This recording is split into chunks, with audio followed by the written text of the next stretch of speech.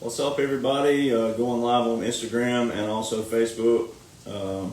Fair warning, it is bad weather where I am, so if it glitches or goes out, I will be doing this podcast again because it's very important. I put together a little set of notes here, so it's going to take me a while to go through them, but I think it's very important for where we are right now. A lot of people are looking very, very atrocious, not just libtards, but also a lot of Republicans, a lot of conservatives, and a lot of patriots looking very atrocious right now. There's already a proven blueprint in place. Now, I know it sounds like advertisement, I get it, but at the same time, somebody has to be the one, all right? These are #1 bestsellers for a reason. This is part 1. This is part 2. You see how thick it is? It's 596 pages, part 2. Alright. Part 1 is 216 pages. Now, you'll hear retards out there. I'm so glad that word has come back into use because that's what some people are looking like right now, are retards. You'll hear retards out there saying that I'm a grifter. Alright, well, if I'm a grifter because I have Billboard country music hits and a book to sell and merchandise, which are what country music artists do, then all country music artists, all music artists are grifters. Alright, and then also all book authors are grifters. That's all I sell. That's all I have. But I'm the only one who has the blueprint in place. The only person. Now, laws and orders are public. But President Trump signed an executive order recently for intellectual property. He said we have to protect all of our smart, intelligent people. So I have the blueprint of this whole operation. So when I see people on my personal pages on top of that, people who befriended me on my personal Facebook and I allowed them to come into my personal life, when I see them posting stuff that's surface level drama, propaganda, questions that get their people stirred up, and it's all stuff that's already been answered, already in books that outline how President Donald John Trump never went away. You're taking away from him and his sacrifice, his family's sacrifice, what he put his name, brand, and image on, as well as his family, as well as their safety. All right, you're taking away from all of that.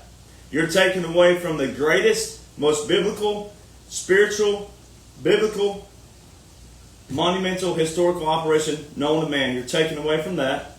The only way this could have been done was via the military. So forget all the military personnel who don't know laws and orders. They can come to learn that. Civilians, you have no excuses. None whatsoever. Zero excuses. There's already a blueprint in place. And President Trump has validated it daily, weekly, and monthly. It's an insult to all veterans, past and present, those who have already passed on, and those who paid the ultimate sacrifice. It is a disgrace that so many Americans are looking so atrocious but also selfish right now. You're a freaking disgrace. There's already a blueprint in place. I'm sorry it just happens to be me. If you got a problem with that, I'm sorry it just happens to be me. But there's already an outlined blueprint that helps so many people find peace, calmness, solace, that what they're watching, it's not to fear. Nothing to fear. So all these people out there still spreading that. You look atrocious. You're not a President Trump supporter. You may be on the fence, but that's the problem. You're on one day, off the next. On one day, off the next. On one day. You don't have to be. You don't have to be whatsoever. It's atrocious. It's a disgrace that we have so many people in this nation claiming to be patriots, claiming to be Republicans, claiming to be conservatives, and look the way they look. Especially these platforms. all these little blue badges out there, when they ask you a question like, what do you think about this? And they just leave it open-ended, or they'll say, do you think World War III has begun? When they do stuff like that, all they want are algorithms and clicks. They know that people will comment on that, and it runs the algorithms up. It makes their posts more visible. That's how they build numbers.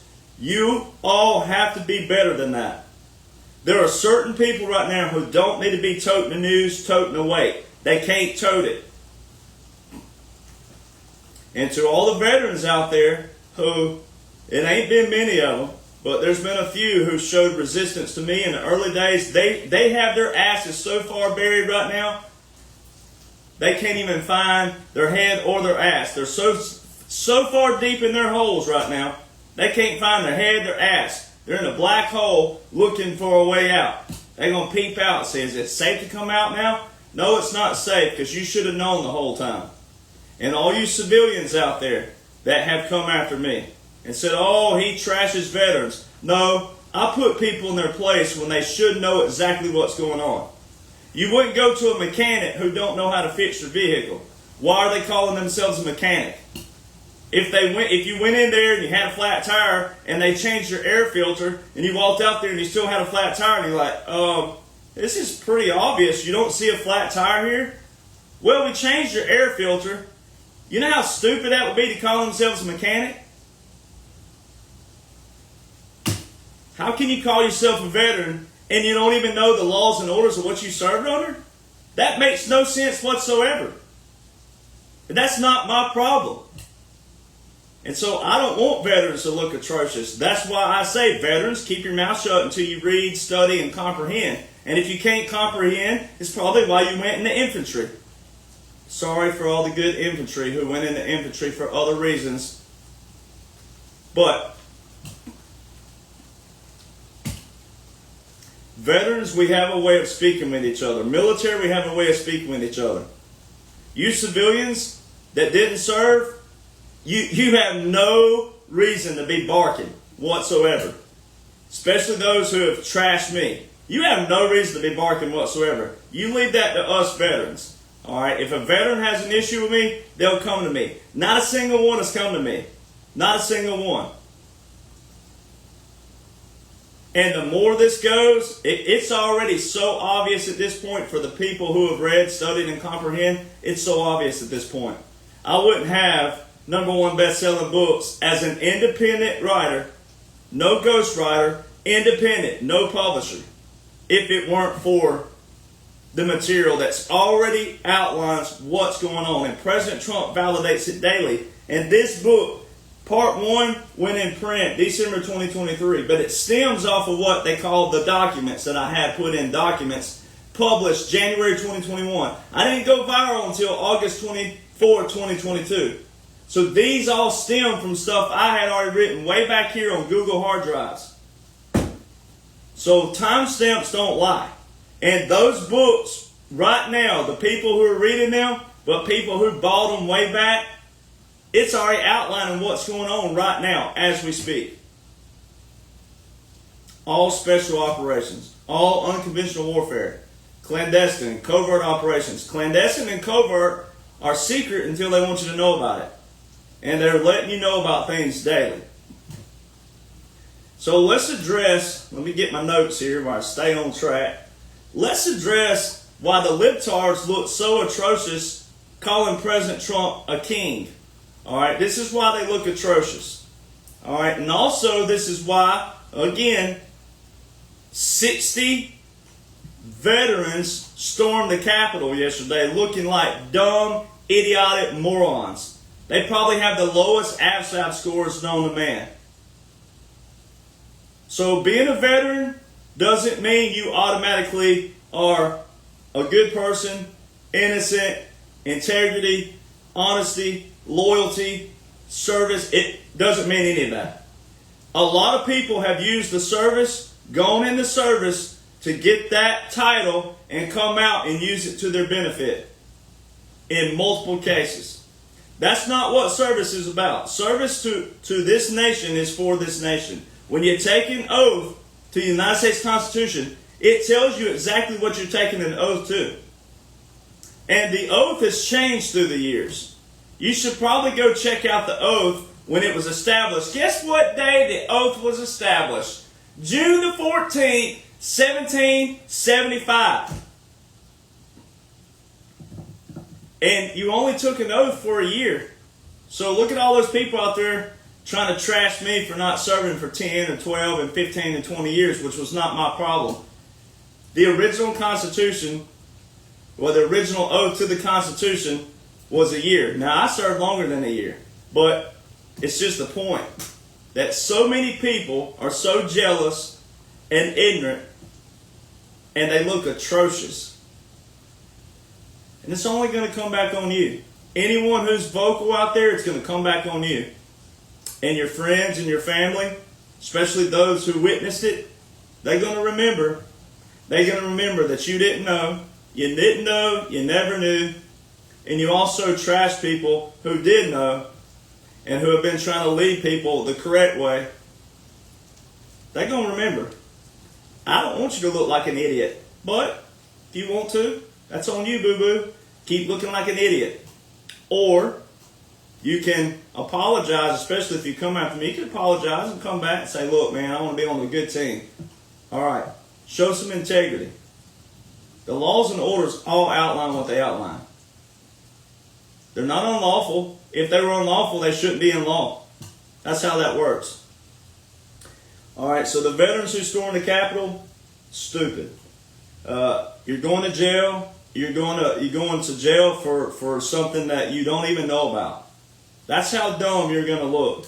On your record, you're going to have forever in your record, especially if you're a veteran out there, whoever did that, those 60 are going to have on their record that they stormed the Capitol and they didn't even know the laws and the orders of what they served under. Ooh, that's pretty bad. Pretty bad right there. So, all these liberals calling President Trump a king, no king, no king, and then all these people out there who keep surface level propaganda and drama going, this is what they're missing. Alright? And we're going to do a timeline here for the idiot libtard retards out there. Alright? The Revolutionary War. Alright? It's set aside and it carved out the most unique nation known to man. The whole reason we're sitting here having this conversation on this podcast, the whole reason we're here, the whole reason everything is taking place right now is because of those founders and what they carved out. Liberals couldn't be any more of a foreign agent that all need to be deported right now. And a lot of Republicans are looking the same way. So if you really love President Trump and you support President Trump and you love our military and support our military, you probably need to shut up for a little while and learn a little bit where you don't look like and replicate these libtard retards out there. They couldn't look any more worse than a terrorist. They look the same. Alright, so here's the Revolutionary War timeline. Alright, I named the book The Midnight Rider Rides Again after Paul Revere. He made the midnight ride in the middle of April 18th and 19th into that morning. Alright, midnight, as it says. Our founders kicked off the war at Battle of Lexington and Concord on April the 19th, 1775. Our founders did everything backwards, which is what makes it so unique and so cool that they kicked off the war, alright, April 19th, 1775. It's simple math. So you got to go April, May, June. So 2 months later, they established the United States Army, which we just celebrated our 250th birthday yesterday. Alright. June 14th, 1775. War Articles. The first military law came June 30th, 1775. 16 days after the Army.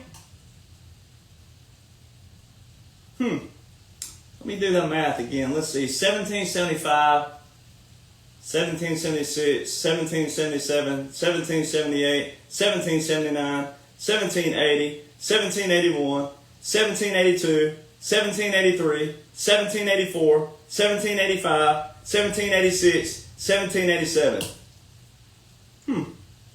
Man. So our first branch and military law was 12 years before the Constitution.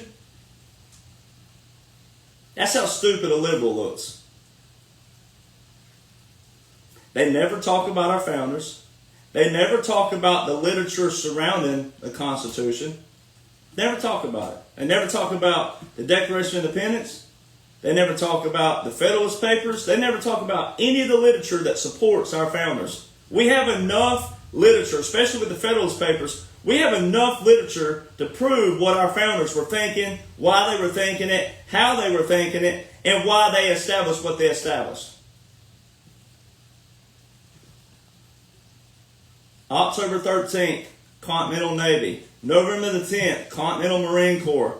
December the 3rd, the first flag, the Union Jack flag. 1775. All this came before the Declaration and the Constitution. That's how stupid a liberal is. And you have to use the term stupid. I mean, it's one thing to be ignorant. Ignorant, you can use that term a lot of times, but ignorance can be educated if you're willing to be educated. Liberals are in a reprobate mind. They're in a reprobate mind. You can't tell them anything. Can't tell them anything.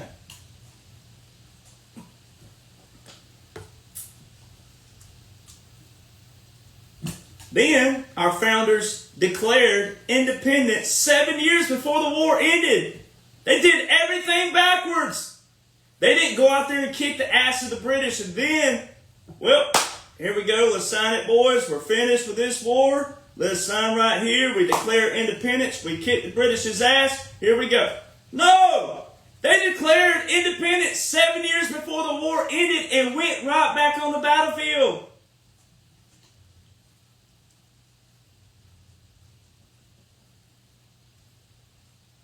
It's amazing.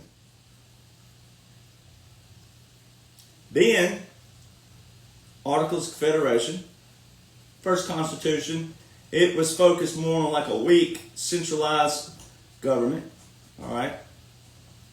Then, when the war ended, they sat down and they thought, well, we could redraft this, add to it, but they scrapped it and they rewrote the Constitution. James Madison, the main author, father of the Constitution. All right. Nowhere will you find the word democracy mentioned in the Constitution, the Bill of Rights, or the Declaration of Independence. There's one time the word democracy appears in our founders, and I'm going to read it for you. Let me find where it went here. Democracy was mentioned in Federalist Paper number 10. And we'll read it right here. Guess who it was written by? James Madison, the father of the Constitution. The man who had to go in 16 years after he wrote the Constitution. He had to go into the Supreme Court and clarify what a law looked like in the famous landslide and landmark case, Marbury versus Madison, which says a law repugnant to the Constitution is void. Federalist Paper number 10, written by James Madison. Guess what it says? It's the most famous of the Federalist Papers. It is where the word democracy appears. Madison discusses the potential dangers of a pure democracy where citizens directly participate in the government.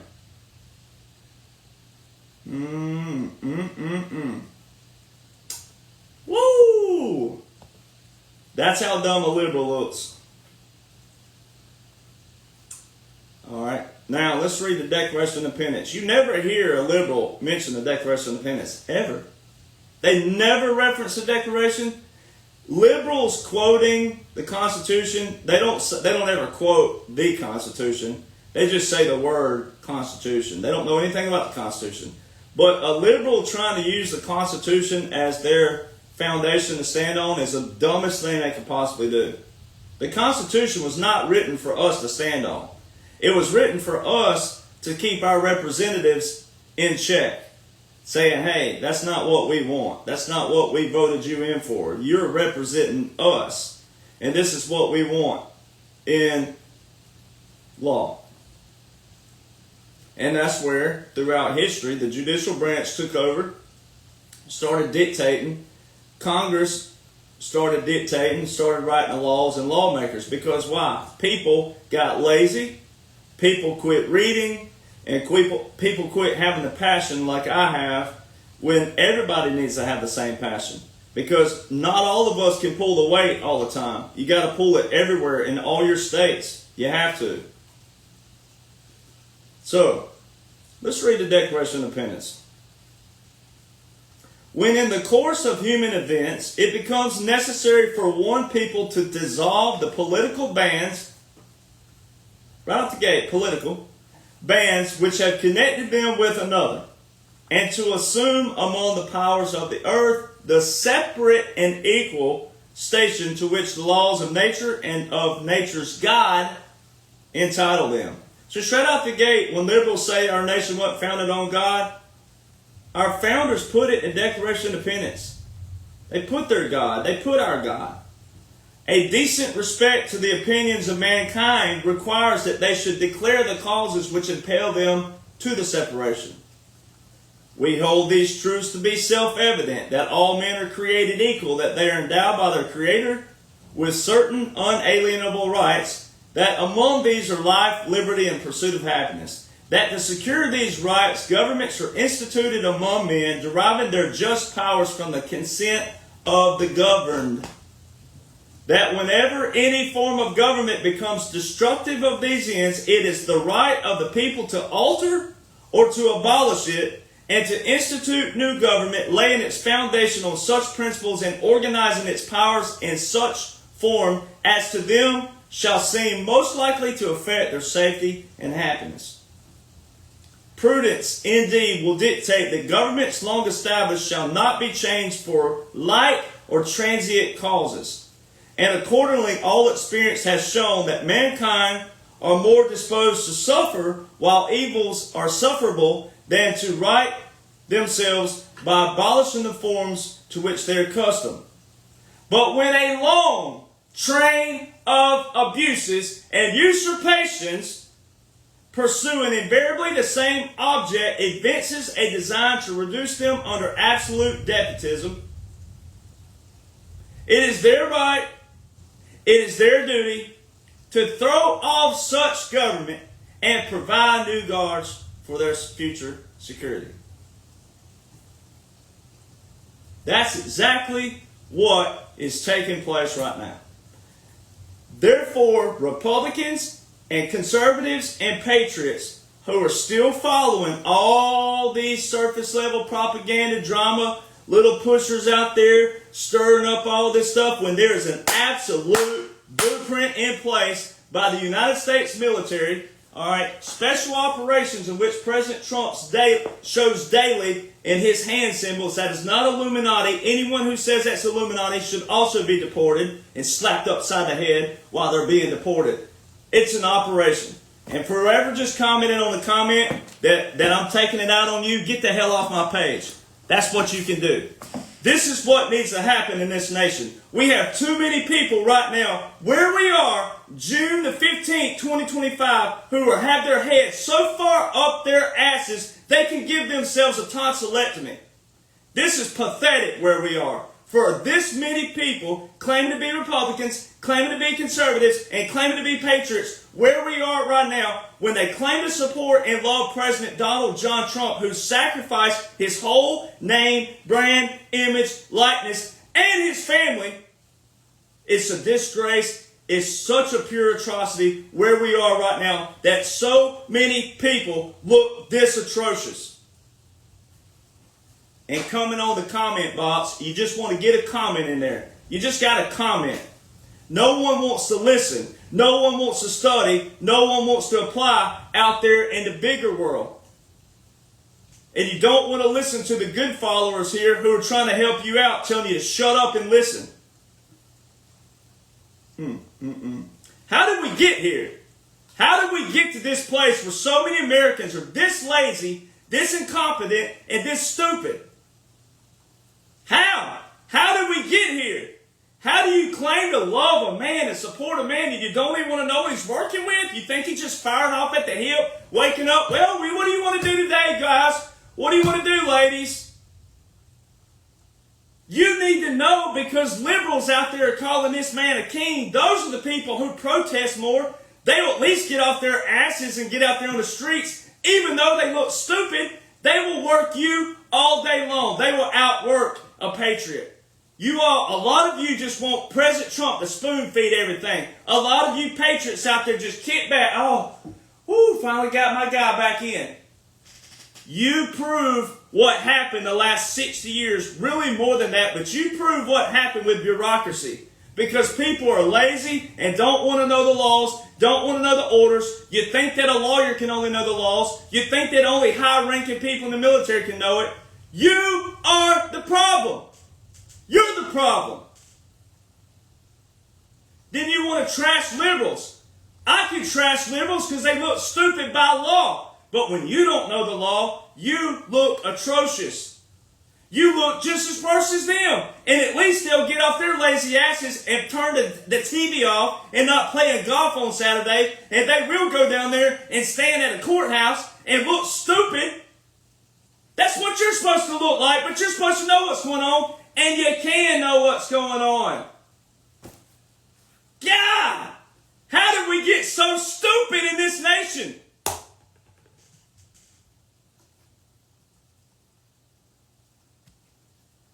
You'll listen to everybody and anybody. You'll go watch tens of millions of podcasts. You don't need tens of millions. You need someone who knows exactly what's going on. And it's already there.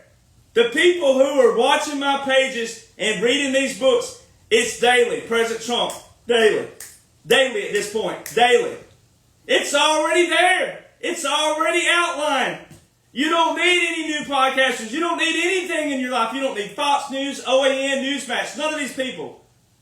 All OAN, Fox News, and Newsmax do anyways, like your grandma. When your grandma was cooking, and she has this big old bowl of pudding or whatever she was making, a cake batter, and she finished stirring it up, and she hands you the spoon and says, "You want to lick the spoon, honey?" And you go, "Yeah, oh yeah, oh yeah." Well, you get to lick the spoon. Here's what Fox News and Newsmax and OAN and all these other blue badge idiots that don't know what's going on, claiming to be President Trump supporters, they hand you the little spoon and you go, "Oh gosh, this is good, I want more of it." They don't ever show you anything. They don't lead you to the water. They don't know how to take the fire. They don't know how to do that. All they do is just throw you a crumb. "Come on back tomorrow, I'll give you another crumb.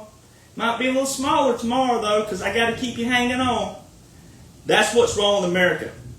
Right there. And comments like that. I prove daily I don't need followers. I don't want followers. This is not about followers.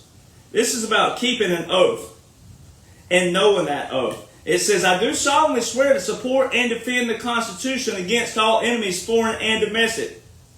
That I will bear true faith and allegiance to the same. That I will obey the orders of the whom?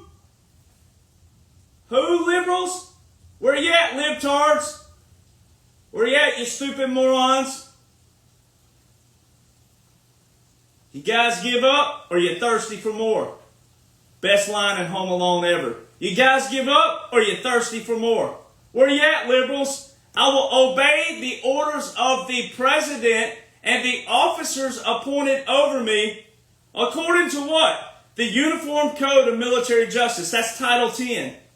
Title 10, presidential authority. Everything in place right now is under Title 10. All of us veterans, raise our right hand. Title 10, Section 502. You can't have one portion of Title 10 without the other portion of Title 10. And even some of the orders that are under Title 32, doesn't matter, still presidential. If you think a governor has full control of the National Guard, we'd have had a power-tripping governor by now. This is why it's important. You got to be passionate about this stuff. And then like this week, I'm on this podcast, right? And it makes me look like the bad guy. Here's a constitutional attorney and a veteran who don't even know what is currently invoked right now. Currently invoked by the United States President, Donald John Trump, who is a supreme commander, wartime president. It's not just a president. And you can't pick this up one day, put it down the next. Pick it up one day, put it down the next. Pick it up one day, put it down the next. There is a clear blueprint in place. You got to study every single intricate law, every single intricate order, and see the shell of it. And that's what a lot of Americans are doing. And they're claiming to get frustrated, but you're getting frustrated if this is you, whoever you are. If you're getting frustrated, then you're frustrated because you're just picking it up one day, putting it down the next. Picking it up one day, putting it down the next. You're going over to this podcast, you're going over to that podcast. You're going to this podcast, you're going to this TV show. You're going to this TV guy, you're going to this.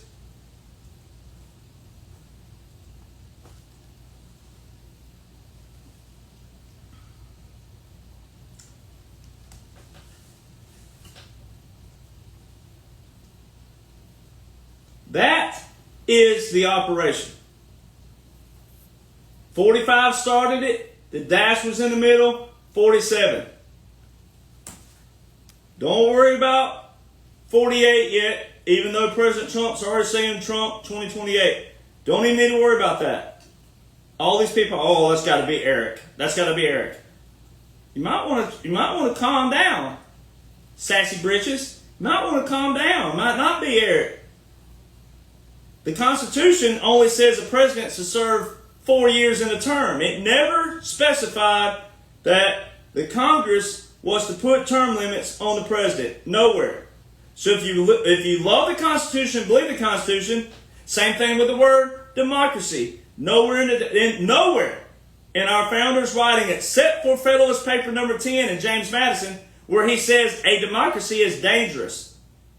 And he's the father of the Constitution. And you got libtards out there saying that we're a democracy. We're not a democracy. And when President Trump uses the term democracy, it's a special operation. He says, I'm the closest thing to, the democracy they've ever had. And he's talking about he's destroying it. They're destroying it. He's using everything against them. It's a special operation. This is a unique set of laws and orders. And that's the spearhead that uses like that. You flip it upside down. This is it's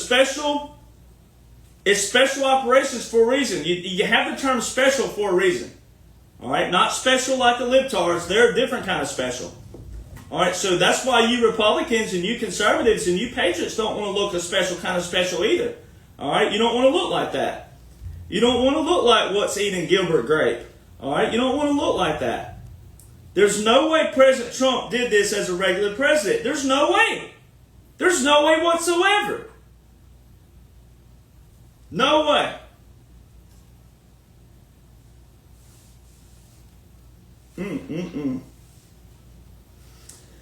Whew. I got a woo-saw for a moment.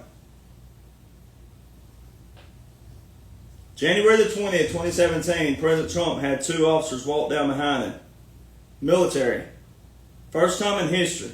You saw a military intelligence headband and Judge Advocate General, JAG. Very, very powerful image. He said, and at the moment they walked down behind him, he said, we're taking the power out of D.C. and we're giving it back to you, the people. Why do you support a man if you don't listen to him? Why do you claim to support a man if you don't want to apply what he's using? If he did not have a military backing him, the whole military and the generals, the liberals would have an excellent point. Hear me out. If he didn't have a military backing him, and he didn't have laws and orders backing him, from a special military way of suspending the Constitution, but also certain things that allow the military to move in on civil operations, they would have an excellent point. But they don't. Therefore, you Republicans, you conservatives, and you patriots have got to get tough, and you got to put down all this other stuff. And you can't look like people just wanting to get a comment in the comment box. You need to put all this stuff aside, sit down and look at the blueprint in place. And you got to put credit where it's due. There's so many people out there, what they're going to do is like the Mark Twain quote. A lot of these blue badges out there have already stolen information. It's all intellectual property. But also, most of them aren't veterans. So they're trying to take credit away from veterans. Forget about the veterans who don't know what's going on, and it's only been a few who've commented. And again, they're so far in a hole right now you can't find them because they were so wrong 2 and 3 years ago. If they'd have kept their mouth shut, they wouldn't look so atrocious right now and had to delete some of their comments, which I screenshot, and I have. So, tough titty, said the kitty. All right. And there's going to be a walk of shame when this is all said and done, and I'm not going to let you live down. So, that's just me. So when you look at Joint Publication 3-57, it says specifically in there, it says that generally you don't want Title 10, Department of Defense, regular forces to operate in civilian. Unless, see, this is why the ladies follow me more than males do. Because words matter. Terminology matters. Punctuation matters. Punctuation matters. That dash right there means through. It's always meant through. 45 through 47. If you think President Trump slipped up and messed up on a dash, if he was just 45 and 47, it should be a comma or it should be a little and symbol. That in punctuation all these years means through. And if it didn't have a good meaning, he put that on there April the 2nd, 2023. So I'm going to pull up something here and read it to you. And I'm going to read another before we get going. But on the 2016 Special Operations Pocket Guide, Unconventional Warfare, all right, where it talks about your government in exile, it talks about shadow government, it has all the key tie-ins to what's going on currently. It has a pyramid in there I've told you about on multiple podcasts. There's a pyramid on page 11. All right, page 11 on the PDF, and it's page 9 on the actual document itself. So on page 10 on the PDF, but page 8 on the document itself of Unconventional Warfare, and I'm going to tie all this in again, but in a different kind of manner tonight. It specifically says this: most or all of the represented activities will be conducted by a successful resistance or insurgency regardless, listen, regardless of whether the United States government makes the policy decision to support it. United States government support to resistance, unconventional warfare, is initiated by either a presidential finding or an executive order. This is your 2016 Unconventional Warfare Pocket Guide, Special Operations Command. Where was President Trump just a few days ago? Fort Bragg. What is it known for? The John Fitzgerald Kennedy Special Operations Warfare Center. Wearing a ball cap with a spearhead, the tip of the spear on the side of it. The very front page of this 2016 Unconventional Warfare Pocket Guide, Special Operations Command. The spearhead. This little bad boy right here. Look at all those people out there, Republicans, conservatives, calling that Illuminati. And even worse, calling it Space Force. Come on, man. Don't hurt the Army's feelings like that. Oh, man. All right, so go back to the Joint Publication 3-57. When you hear people out there about posse comitatus and insurrection act and all that, throw that out the window. There's already an order in place. It's already an order in place. You've heard me say it like a broken record. Over and over and over and over and over and over and over and over and over and over again. You even had some rhinos out there. President Trump, let me excerpt something really fast. How is it that President Trump can give a rhino Republican a nickname and Republicans still follow the rhino? Do you not understand the draining of the swamp? Did you not listen to President Trump when he said not a single person from my first administration will be with me on the final ride out? But how is it that people still support these rhinos? How? Sloppy Steve. I mean, you can't. If you were given the nickname Sloppy, and that's the very guy who President Trump has been bashing, this author that Sloppy Steve led in the White House, who's written all these books about President Trump that are false. And President Trump said Sloppy Steve had nothing to do with my presidency. All he is selfish and wants to sell books of his own. And his quote-unquote minions that are all up under him attacking me. Say, one of them so dumb, this person could lay on the diving board, all right, flat on the diving board. They could take a bottle of water, all right. They could take a bottle of water and lay flat on the diving board. And when they got up from there, it would look like they pissed themselves. That's how dumb this person is. Saying that Title 50, Chapter 33, is not the War Powers Act. Title 50 is War and National Defense Booklet. Chapter 33 of Title 50 is the War Powers Act. .gov. All right, all congressional, all legislative. This person, that's how dumb these Republicans and conservatives are. That's how selfish they are. That's how bad that they want to be the ones in the limelight. That's how bad this is right now. And it's all there. It's all there. It's already, that is the very key order in place.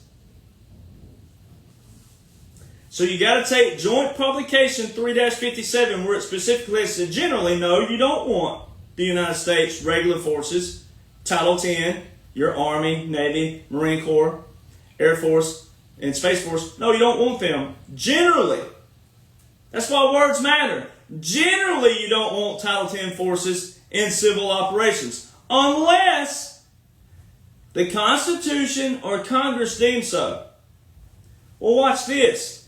So, if you go back and get on your little Google and you say, hey, who had say it this way. Who had control of the House and the Senate from 2019 to 2021? Democrats had control of the House of Representatives, and the Republicans had control of the Senate. Title 50, Chapter 33, Section 1550 was not there until December the 20th, 2019. That's when it was amended to the War Powers Act of 1973. The last amendment to this date, as we speak, is that Section 1550. You know who introduced that bill? Because the Senate can introduce certain things to be passed from the Senate, then back to the House. But guess who introduced this bill? This order. It's not even a bill, it's an order. The House of Representatives. Now, why would a Democrat House of Representatives introduce a war order with President Donald John Trump? And it passed because the Democratic House introduced it, so you knew the Senate, all Republican, was going to pass it. What in the heck?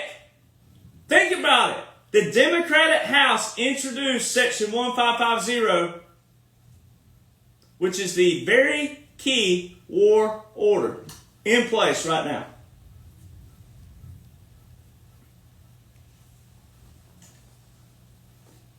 And every order after that, that President Trump put into place, All the war orders. So December the 20th, 2019, Title 50, Chapter 33, Section 1550, it says every 180 days after December the 20th, 2019, and every 180 days thereafter, the President shall report to the Congress, the defense committees, the use of regular and irregular forces. Irregular, there's your special operations, there's your clandestine, there's your covert operations. Executive Order 13912 came 4 days after the mainstream media were talking about, oh, Donald Trump's going to terminate the Constitution. He's going to terminate the Constitution. You don't terminate the Constitution. The legislative branch suspends the Constitution, not the executive branch. Article 1 is the legislative branch. Article 1, Section 9, Clause 2. That's why liberals look so dumb. Republicans, conservatives, patriots, you don't want to replicate them. Article 1, Section 9, Clause 2, legislative branch. They are the ones who suspend the Constitution. That chatter was started up all over mainstream media. Then, on March 23rd, 2020, you had mainstream articles out there saying what? President Trump's to install a general just in case the law breaks down. One, you don't install a general. They're already there by rank. That is pretty humorous right there for any person to believe that. They're already there by rank. All right, that would be the most craziest insult known to man. All right, to install a general. All right, oh, we can just go out there on the street and go, hey, we got someone here that's more qualified than all these generals over here. They've never been in service before. But you know what? They're a keyboard warrior. They're always on there all the time. They're talking about this, this, and this. They're always stealing information from someone that really knows. Let's get them. March 27th, 2020. Oh, let's go back. Number 2 on that. I've always wanted to add this on there. If law breaks down, so they're telling you federal law, right? Because that's traditionally your president, executive branch, legislative branch, judicial branch. If the law breaks down, they're telling you right there. So that's federal. So you have military law came first in this nation. All right. So then, Executive Order 13912, President Trump federalized 1 million reserve components to active duty. Title 10, Section 12302. There's your Title 10. There's your presidential authority right there. So Congress put the 1550 in there, and here's the president. It's a double. It's not a dictator. It's not an authoritarian or anything like that. That's how stupid these people are. It was a Democrat House who introduced the war order. Then, April the 1st, 2020, Southern Command and 22 joint partners launched an operation for all drug trafficking. That's still ongoing. All the time you see all these drug busts. Now, they had them in the past, sure. You're going to have someone out there say, we've always had drug busts. Not at this level. Not at this level. You got to see what they've done and increased at this level. All right. April 30th, 2020. Executive Order 13919. President Trump direct order to the Secretary of Defense. Equal the authority to federalize the selected reserve to active duty. July the 1st, he ended NAFTA. Created or established the USMCA, the Canadian-Mexican Trade Agreement. Huge deal. Very huge deal. That already shows Mexico and Canada are on board right there. And everything else you've been seeing with Canada and Mexico is all pre-planned, all part of the smoke and mirrors and everything. Canadian aircraft in and out of here every day, and Mexican military. All right. Then you had August 28, 2020, that congressional report. Remember that little clause that said to report to? Well, August 28, 2020, congressional report. It's titled Military Justice Act of 2016. Well, the Military Justice Act of 2016 was signed May 2016. It was passed in the 2017 National Defense Authorization Act, which is the defense budget. All right, that was handed to President Trump in his defense budget. Well, the Supreme Court, out of nowhere in 2016, not President Trump, Obama was president, not President Trump's nominees, the Obama Supreme Court, even though that ain't how they're supposed to work, but it was the Supreme Court under Obama, they out of nowhere clarified that military courts and military laws are separate from federal courts and federal laws. And here, August 28, 2020, there's a congressional report. And it's titled Military Justice Act. August 28, 2020 is exactly 180 business days from December the 20th, 2019. What did the clause say again in there? It says, in the first 180 days, and every 180 days thereafter. So, when you go look at the Abraham Accords, September 2020, peace in the Middle East. That was UAE and Israel making a deal, and a few other countries came on board.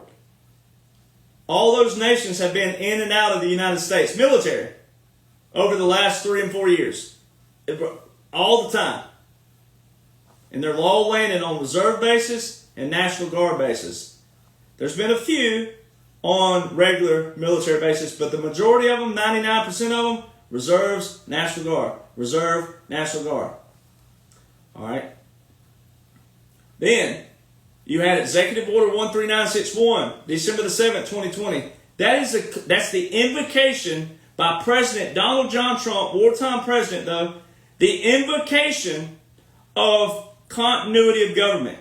Federal Mission Resilient Strategy is what he titled it. But when you go read that executive order, it talks about the continuity of government and the continuity of operations. 3 days later, he signed Executive Order 13963. It is the most recent and the last, or flip that around, it's the last but most recent order of succession within the Department of Defense. Every other president had an order of succession within the Department of Defense except for Joe Biden. 3 weeks later,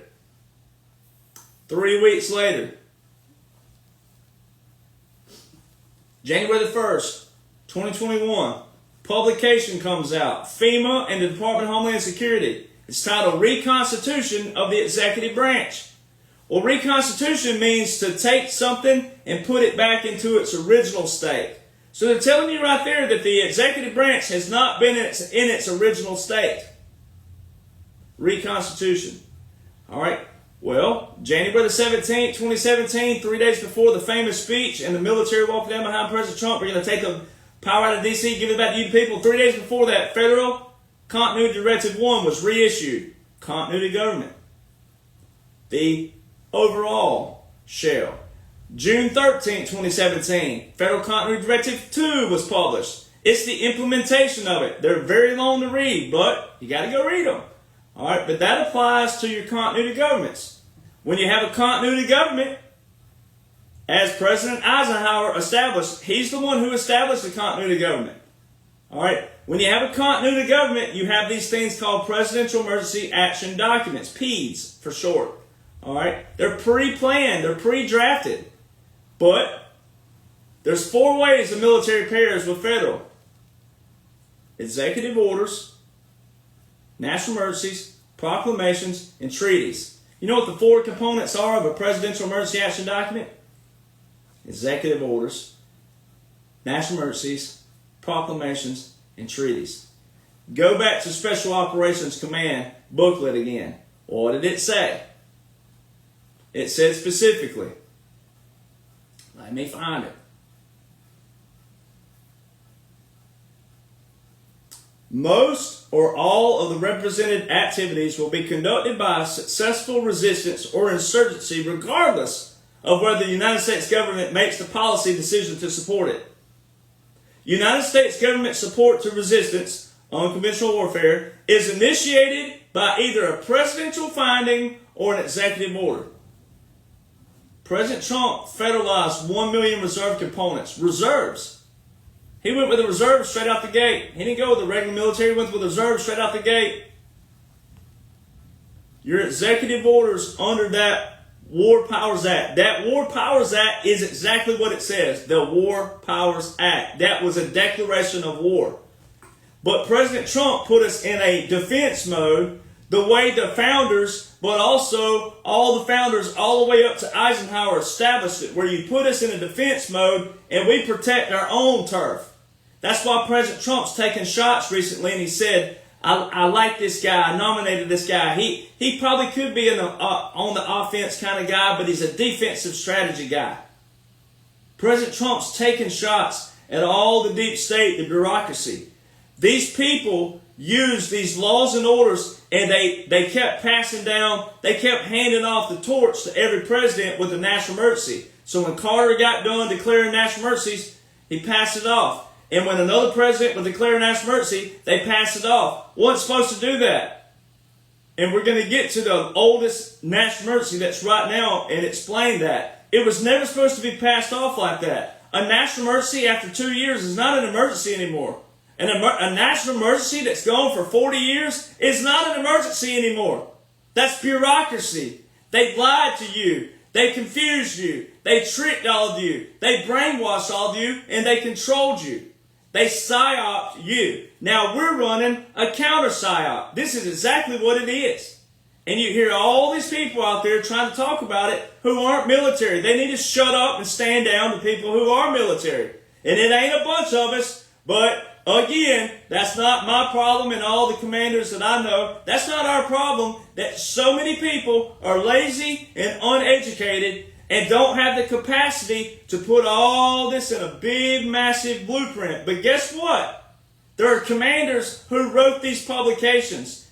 I know some of them. You see them. The guys who forwarded these books, they have written these massive publications that are out in our military. Somebody has to do it, and some of us are capable of that. That's why it pays to pay attention and be careful who you follow. All right? There is a blueprint in place. You don't need anything else. It is already there. You don't need a thing else. And quit worrying about all the idiots out there. All the ones that say, oh, he didn't serve long enough. It doesn't matter. The oath never expires. They look atrocious for not continuing their service.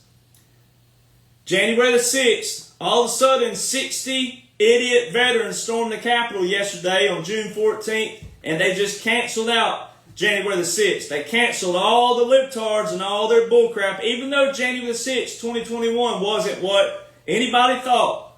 2 objections happened. The first time in U.S. history during the certification count, 2 objections took place. And even though I know it's an operation, but for the people who don't, you witness history. All right, 2 objections took place. Title 3, Section 15 describes what has to happen when there are objections. They're supposed to stop the vote count. Stop it. Don't move forward. They go into a special chamber to sort out what took place in those objections. We already have it in our Constitution. What is to take place? It's there. That did not happen. Conveniently, what the libtards call an insurrection, conveniently, out of nowhere, immediately after those 2 objections, boom! The quote-unquote insurrection. All planned. All strategic. All right?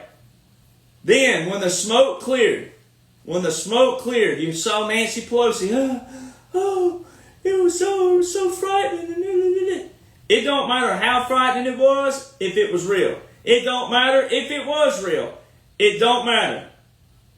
Going from California to Wyoming and certifying the count and never finding out the discrepancies with Arizona, even though I know this is all planned, but for the people who don't, once again, they broke all kinds of codes from Title 18. So Title 18 is your federal crimes. Federal crimes and criminal procedures.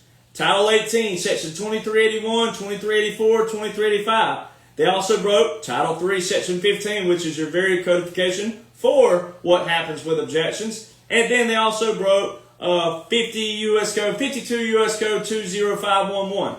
All right, just to start off with. We could probably apply a few more, but that's what the whole world witnessed that day. That's how dumb a liberal is. They use the term Constitution all the time. They know nothing about the United States Constitution. They don't know anything about the literature. They don't know anything about the literature around it. That's how the Republicans, conservatives, patriots. You don't want to look like a liberal.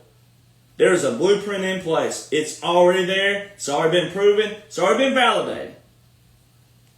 You don't have to keep searching for something that's already there. Then January the 20th, that's what made January the 20th. So you got to go back to January the 1st. They're saying a reconstitution of the executive branch. Meaning it's not in its original state. So what you witnessed from 2017 to 2021 was a resetting of the legislative branch. All these unique laws and orders went into place. And Democrats were part of it as well. That's what they made visually happen. That the Democrats introduced the war order in the House and it was passed in Section 1550. So they showed you all these unique laws and orders, and it is not just President Trump acting alone. It's not just President Trump and the generals acting alone. Been saying this forever. It's all strategically planned. It's also to break up all this bureaucracy. The government was never supposed to look like this. It wasn't supposed to be this kind of bickering and arguing and hatred and all this other stuff. It was never supposed to look like this. Republicans and Democrats, if it stays that way, are supposed to work together as closely as possible. It was never supposed to look like this. So that's why they showed you January the 20th. For people who were paying attention then, I wasn't the only one, but I was the one that caught every intricate detail. All right, and that's what made my video go viral. If you go back and watch the rant from August 24, 2022, it's on my Rumble. All right, if you go on there, it's there. That's what made me go viral. So I said, look, this is what you witnessed by law. This is what you saw. One, no motorcade. So it wasn't even real, but for the people that thought it was, the National Guard did not salute the motorcade. They turned their backs on it. All right, all the uniforms were jacked up. All right, so there's that. You saw this time unison. Even though they were using older uniforms as well, every time they showed President Trump with the uniform, everything's in unison.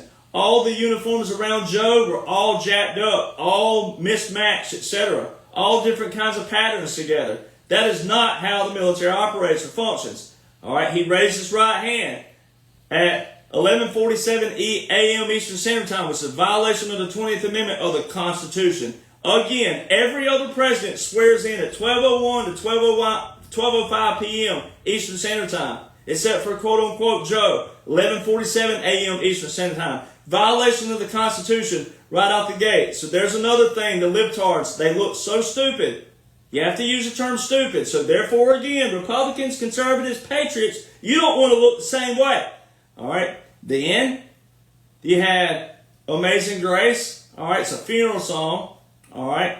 There's that. Then you had the cannons. Right. So you had three cannons. First time in U.S. history that two different sets of cannons were shown. First time in U.S. history, two different sets of cannons were shown on Inauguration Day.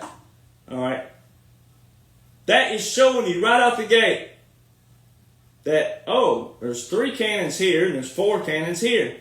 Well, you probably want to know the Army. All right, it's the Presidential Salute Battery, the official Presidential Salute Battery. They're known as the Old Guard. All right, the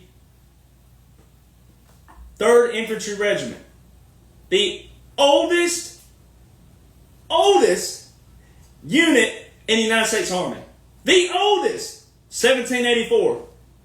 A year after the war ended, this unit was established, the Revolutionary War.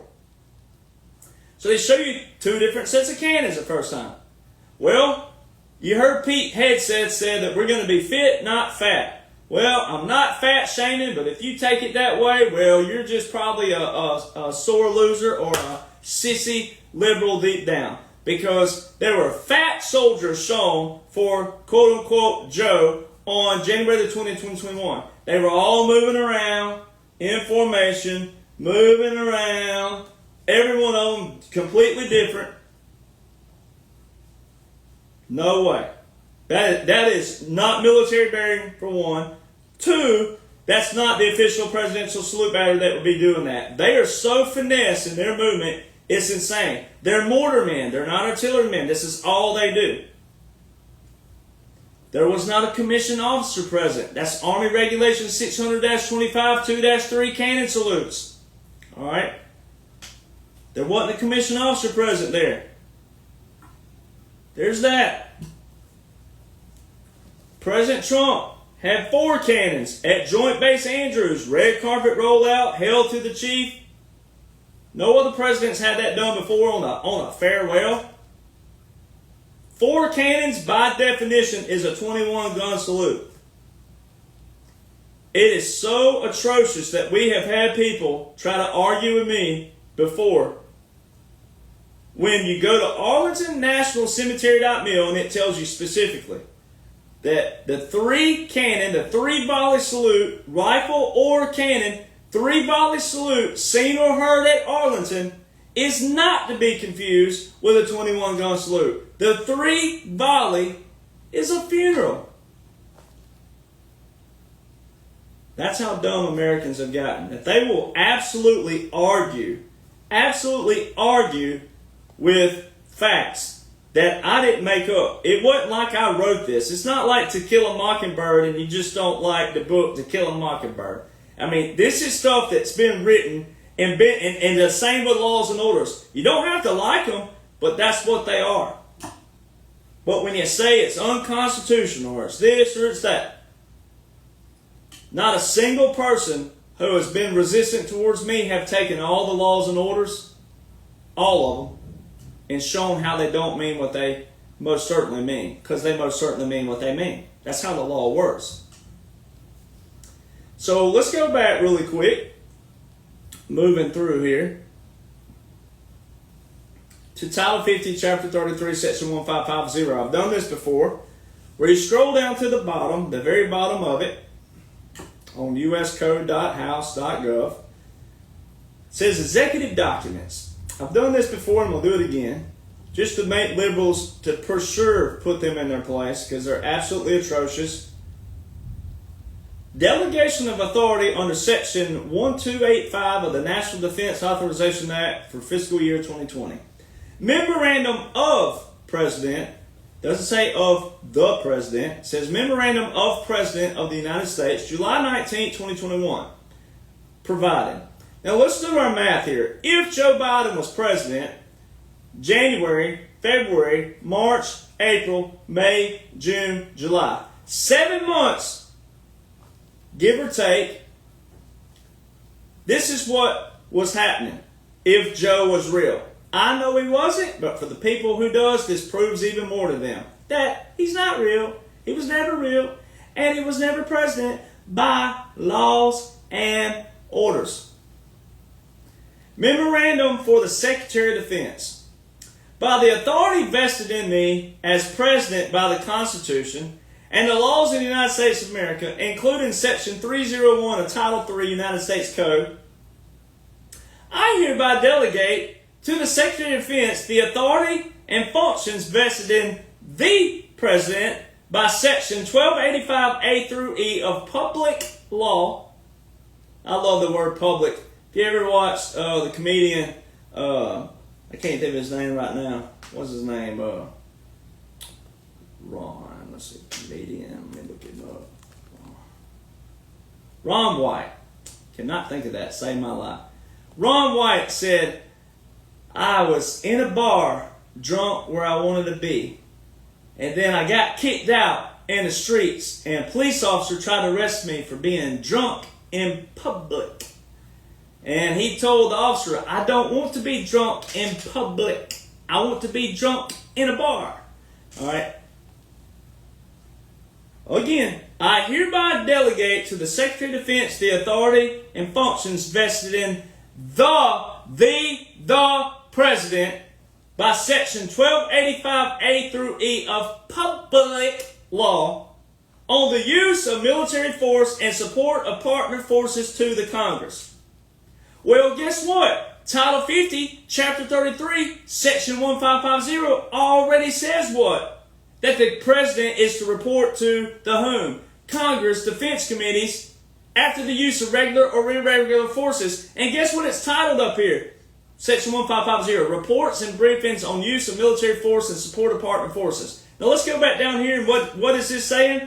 I hereby delegate to the Secretary of Defense the authority and functions vested in the President of public law on the use of military force and support of partner forces to the Congress. Already been done. This was quote unquote Joe for the normies, all the normies out there and the average people who will read, who were reading. No, they weren't reading. We know they weren't. This is him delegating to the Secretary of Defense. Listen to this. Section 1285A3. You know what that is? You know what 1285A3 is? Title 50, Chapter 33, Section 1550. President Trump had already delegated to the Secretary of Defense direct authority in Executive Order 13919 on April the 30th, 2020. It's already there. And then the order of succession within the Department of Defense, the last and most recent, which is December the 10th, 2020, President Donald John Trump, Secretary of Defense already had that authority. Quote unquote Joe never had an order of succession within the Department of Defense. Every other president had one, except for Joe. This would be Joe for the normies. This would be Joe giving up his authority as Commander-in-Chief to the Secretary of Defense. The functions. It says the authority and functions vested in the President of Section 1550. So that's the Donald John Trump and 1550. It can't get any more simpler than that. The last national security strategy on the Department of Defense right now as we speak. Here we are, it's 2025. 2022 will be 3 years ago. How come Joe Biden's, quote unquote, Joe, how come his national security strategy from 2022 isn't on the Department of Defense? Where is it? Why isn't it archived on the DOD? It's 3 years now. It should be archived there. Where is it? President Trump showed you over in North Carolina back in the fall, last fall. He said, I'd like to recognize someone who's been with me before all this. You were before all this, weren't you, General? You were with me before all of this. What is this, President Trump? Will you please tell the people what this is? All of what? Be specific, President Trump. What is this? Dun dun dun dun. Dun bum bum bum. This is Operation General Keith Kellogg. Do you know who the author of the 2017 National Security Strategy is? The last NSS on the Department of Defense. You know who the author is? Keith Kellogg. Did you not see me post way back last year when the media said, oh, here's a new 2025 national security strategy just in case President Trump becomes president, he can get an early start on all the military operations. There's never been an NSS put out before a presidency. You know who the author of it was? Keith Kellogg. You know who the editor was? The same editor from 2017. Why is the last White House military office that pulls up on Google Obama's? The last archive page for the White House military office is Obama's. Do you know what the White House military office does, ladies and gentlemen? Logistics of Air Force One and Marine One, the travel of the president. Do you not see President Trump rolling around on Marine One? Do you not see him rolling around on Air Force One? Where's this archive page at? If he was a former president, 2021 to 2017, 2017 to 2021, however you want to look at it, forward to backward, there should be an archive page on Google, on search, for President Trump's 2017 to 2021. Where is it? It's not there. Where's Joe's at? It's not there. Did you not see?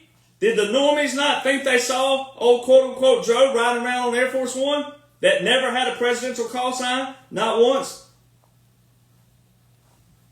Where is it? These are just straight up, every other president's had them. How come those two don't have any? It's almost as if there was it's almost as if there's a military occupation and a continuity of government going on, ain't it? I mean, it's just almost as if this reconstitution of the executive branch was telling you, hey, everything you're watching ain't real. We're resetting the executive branch. Everything that happened from 2021 to 2025 with quote-unquote Joe didn't do anything. Didn't do a thing. From 2021 to 2023, they showed the regular, normal people that Joe Biden, quote-unquote Joe, had Democrat House and Senate. Hear me out now. This is where we really put the liberals in their place. Again, we drive it home. This is going to be the one you share with your libtards or tag them. Add a liberal, baby. I can take it. Add them. Add them. Tell them they're dumber than a box of turtle hair. Tell them. Lay on. Add on them, baby. From 2021 to 2023, they displayed to the people that quote-unquote Joe had control of the presidency, the Democrat House, and the Democrat Senate. But they never revoked a single executive order by President Trump with a national emergency. They didn't even let it terminate automatically. Executive orders, ladies and gentlemen, do not require legislation whatsoever. They don't require legislation. National emergencies have an automatic 2-year termination on them, meaning if they're not continued, they automatically terminate. To continue them, you need a pen, paper, president. Executive orders are exactly what they say. They're executive. They're the executive branch. They're the presidential. That's all you need is a pen, paper, president. So from 2021 to 2023, they showed the world that quote-unquote Joe was Democrat president. They had control of the House and the Senate. And they didn't deem the war order from 2019 unconstitutional. They didn't deem all these other executive orders unconstitutional. Oh no, just continue all those and all those from Obama and all those from Carter and Bush. Let's continue all these as well. Then we're also going to continue 8 executive orders with 8 national emergencies by President Trump, which are deporting the migrants, taking back the Panama Canal. It's the one that froze all the assets of all those funding the Chinese Communist military, the People's Republic of China, the PRC. Also, all the trafficking. It depleted Big Farm, went after Big Farm. All these executive orders are the very things that liberals are saying President Trump is a dictator, violating the Constitution, and a threat to quote-unquote democracy. All these things that they're chanting out there, no kings, no king. Biden didn't terminate a single, so they had all Democrat control. You heard quote-unquote Biden in 2023 in a press conference. He said, "Oh, you mean the wall thing? Well, they didn't give me a bill or anything like that." The president has full control of the border, ladies and gentlemen. Invasion or rebellion of public safety. There's your suspension clause right there. Article 1, Section 9, Clause 2. And the president has full control as well to call and say, shut it down. Shut it down. President Trump showed you that. Also in that same press conference, he tells you he wasn't president. Multiple times he told you. He said, not in this conference, but in another press conference, he said, can you believe President Trump said that? The sitting president. He told you over and over, but in that same one about the wall thing, he said, well, it hasn't been vetoed. He was talking in context saying that it hasn't been vetoed, meaning he's not the one vetoing it. Who was vetoing? And then you got all these Republicans. This is where Republicans and conservatives and quote-unquote patriots look atrocious. Well, the auto pen. Why are they talking about the auto pen as if someone else was signing it? Because they're keeping you strung along. We're still in the continuity of government. Still in the continuity of government. Let me type that in. Make sure I cover this again. Still in the continuity of government. So the quote-unquote auto pen. All these Republicans, conservatives, Obama's back here pulling the strings, and You know how dumb that looks when there's already laws in place that outline a military occupation and a continuity government? Outlines it to the T. Let me do this one more time. I'm making my notes here as I go, because I got to make these points. So, if Obama was in the background pulling the strings, why did they leave every single executive order that's doing exactly what they say President Trump is a threat to democracy, a dictator, and destroying the democracy and all these other things? Why? Why would Obama do that? So what you witnessed was, quote-unquote, Biden with the 2021 to 2023 Democrat House and Senate. This is what was displayed to the people. I know it's all under military occupation, continuity government. It's all pre-planned. That's what President's emergency action documents are. They're pre-planned. This is pre-planned. This is all the pre-planned. Everything you're watching has been planned. Everything. Everything that you're witnessing has been pre-planned. Because we're still in the continuity government. It's still on law. It shows we're in the continuity government. By law, we're still in the continuity government. I don't know how many other ways we can say it. By law, we're in a cog. So why would Obama, behind the scenes back here, why would they keep all these things open? This is what it would show you. So the tariffs were put into place in 2018. They didn't terminate one single tariff. Tariffs are presidential authority. Congress deemed that to the president. All right. Not a single tariff was terminated from 2021 to 2025. Not a single judge, not one single judge blocked the tariff from 2021 to 2025. Why? How? I mean, come on. And this ain't one of those why and hows like all these surface level idiots are trying to do with you out there. It's just proving the point. Okay, so they showed to the people, to the average normies out there, that Biden, quote unquote, Democrat president, Democrat House, Democrat Senate, kept all these things in place. And this is what it would be doing. This would be a replica of what it would look like. Hey, President Trump, hey, congratulations. I mean, we really wanted to win, but we didn't win, you know. And so here you go. Congratulations on Inauguration Day, January the 2025.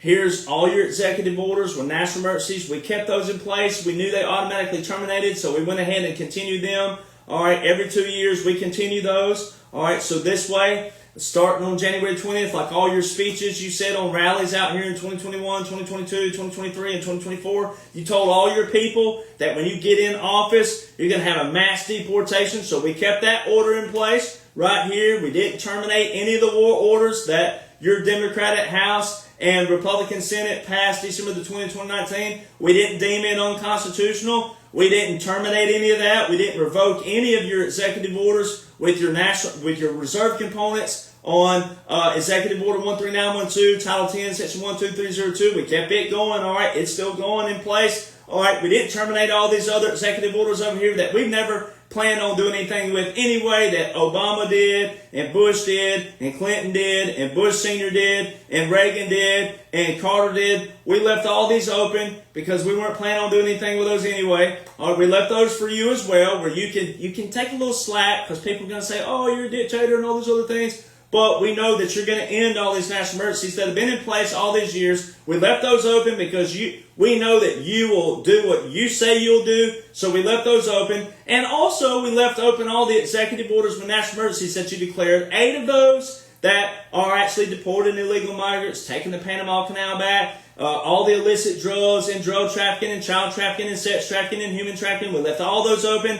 We left all the ones open that you're actually destroying Big Pharma. But here's the plan. Here's what we're going to do. We left all this open for you. Just hand back. You don't have to skip a beat. You can just keep right on enforcing those, just like you never left office. All right. And then also, here's what we're going to do. By the way, we're going to call you a dictator and a threat to democracy, and that you're violating the Constitution. But I'm sure you can take it because you're pretty thick-skinned, and those things don't seem to faze you. So that's what we're going to do. So you'll know we're over here doing it. That's what it would be like. That's how simple this stuff is. That is exactly how simple this is. That is how stupid and atrocious liberals look, certain Republicans, certain conservatives, and certain patriots right now. So when you see a page, oh, World War III's beginning. Oh my God, World War III. Oh shit! Oh, please pray. Oh, pray for this and pray for that. Pray for this. All right, I'm not knocking prayer, but when you look like that, when you look atrocious, and you don't know that Iran and Israel, this is all in Army publications 6 years ago. This is all a plan. Everything is pre-planned. You can know it. It's all public. All right. So when you're sounding like the world's falling on you, and oh my gosh, oh what do I do? No. When you're looking like that, guys like me don't want you to look like that. I've been sitting here taking time out of my time, but this is an oath. This is keeping an oath. This is what keeping an oath looks like. All right. So when you see all that resistance out there, resistance, depending on what it is, some of it is just dumb. All right. There's people out there resisting stuff that will actually support them, help them.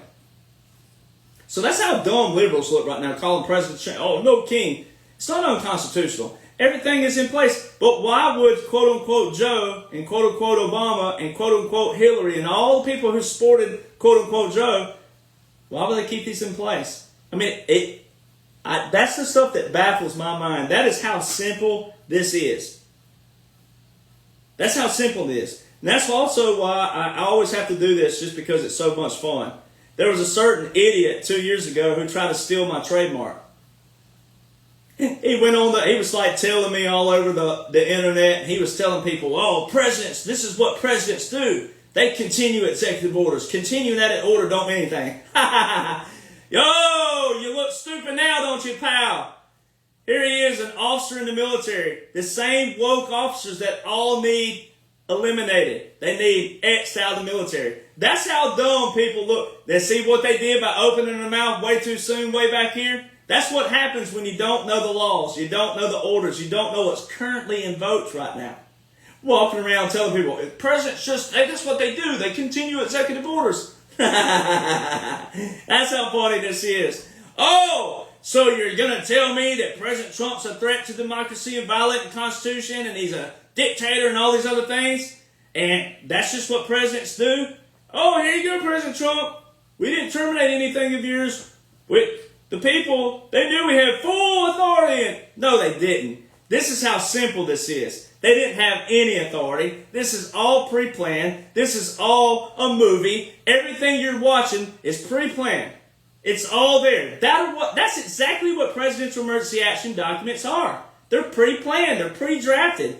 They're executive orders, national emergency proclamations, and treaties. Pre-drafted. This is already there. But they're unique. It's a unique setup. So let's go back. Now let's circle back around to this is special operations. All right, I always bring my cap up again. Special operations, spearhead. That's what President Trump's doing when he's doing at every major meeting, at every major event. That's what spearhead is. That's a proclamation in itself because it's timestamped. It's timestamped in history. You'll be able to go back and look at all the other photos of President Trump in the past when it's all said and done. You're going to be able to see those. That was timestamped. That was a visual. That all of these meetings, all of these events, special operations, tip of the spear, spearhead. All right. So all these things. So now let's go back. All right.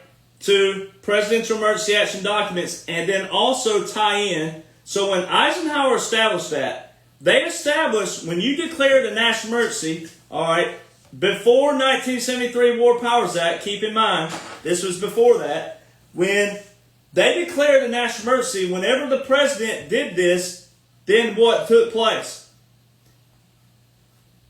If it was a defense order, put in a defense mode, then that president was a wartime president. Those orders didn't transfer to a new president, weren't supposed to. That's what they started doing with Carter, and that's what they started doing from Carter forward. The real deep state, the real deep bureaucracy, that's what they did. They started passing forward. They would declare national emergencies and keep them open. Money. They never had any intentions of doing what the law said as prescribed by the law. That's why it's key to listen to prescribed by the law. Presidential emergency action documents expand the power of the president. That same idiot from 2 years ago said that, oh, a president can't serve past 2 terms. Yes, he can. Presidential emergency action documents, continuity government. Yes, they can. By law. But it has to be a reason to use that. And that is exactly what's taking place. All right, a couple of days ago, this person was saying it was not an invasion. I'm like, the president himself, my commander-in-chief, tells people all the time, and I know it is because of recognizing that, knowing what that is. It is an invasion. That's what allowed President Trump to do that. So that's why Republicans, conservatives with the platforms look atrocious right now. There's not many Republican conservative platforms, all right, patriot platforms that know what's going on. It had to be done lawfully, but it had to be a specific reason to use this type of power, all right, and it's there. So with the Democrats introducing the war order, all right, that's even more powerful because that shows you that it's a joint. It shows you it's bipartisan. All right, it shows you it's not President Trump acting as a Republican and generals acting like Republicans and world leaders acting like Republicans. All right, it's not that at all. It had to be done lawfully a certain way. Very, very detailed. That's why it is unique what I have and what I talk about. I'm the only one who's talked about puppet governments out of everybody out there. All right, my grandfather, rest in peace, Army veteran as well. 20 years he'll be gone this year. My grandfather's one I listened to. He loved the tactic of the puppet governments in the 40s. All right, you're watching a lot of tactics that's already been used that's put back into place. That's exactly what's going on. It had to be done lawfully. So your joint publication. So let's go to the COG really quick. So let's go ahead and show unequivocal proof. You have people out there that want unequivocal proof, but they don't even know what the terms are to even know how to apply the unequivocal proof. All right, but President Trump invoked Executive Order 13961 on December 7, 2020. That was a continuity government. That right there showed you, when that was invoked, that showed you there's presidential emergency action documents behind it. So this past March, he said, I've signed over 400 executive actions since January the 20th. There were only 150 on the register at the time, Federal Register, which is public for you, the people, to go look at. Where were the other 250? Presidential emergency action documents. All right, so if Joe was president, so look at this. This is how stupid this would be for a Democrat, president, House, and Senate if they were real, and they weren't, but apply it this way if they were real. So President Trump invoked a continuity government, which means there's a military occupation as well. Because that is saying, hey, we're going into a defense strategy. We've been invaded. We have rebellion in this nation. Suspend the Constitution. They federalized 1 million reserve components. Now you're seeing the presidential call-up of National Guard, Title 10 as well, but a different Title 10, a different section, 12406, which is presidential call-up of the National Guard, not the reserve components. Reserves serve federal only. They're federal only. That's how you know right off the gate this is a military occupation, because they're federal only. Now the National Guard being presidentially called up. Then he put the Marine Corps out there. There's your Joint Publication 3-57, your Title 10 regular forces. You don't want them on the streets unless what? Congress deems so, or the Constitution. Well, both of those deem so with Title 50, Chapter 33, Section 1550 that the Democratic House introduced and the Republican Senate passed and put in, and it's the last amendment to the War Powers Act of 1973, which is a war order. It's there. And then all the executive orders that's under that are there. This Title 10, all these Title 10 presidential call-ups. Biden didn't have a Title 10 like that. None of that. He had one Title 10 that was 3,000 reserve components, but those 3,000 reserves were out of that 1 million reserves. It was a continuity government. It was a military occupation. This is an operation. That's why you got to understand that. That wasn't really Biden.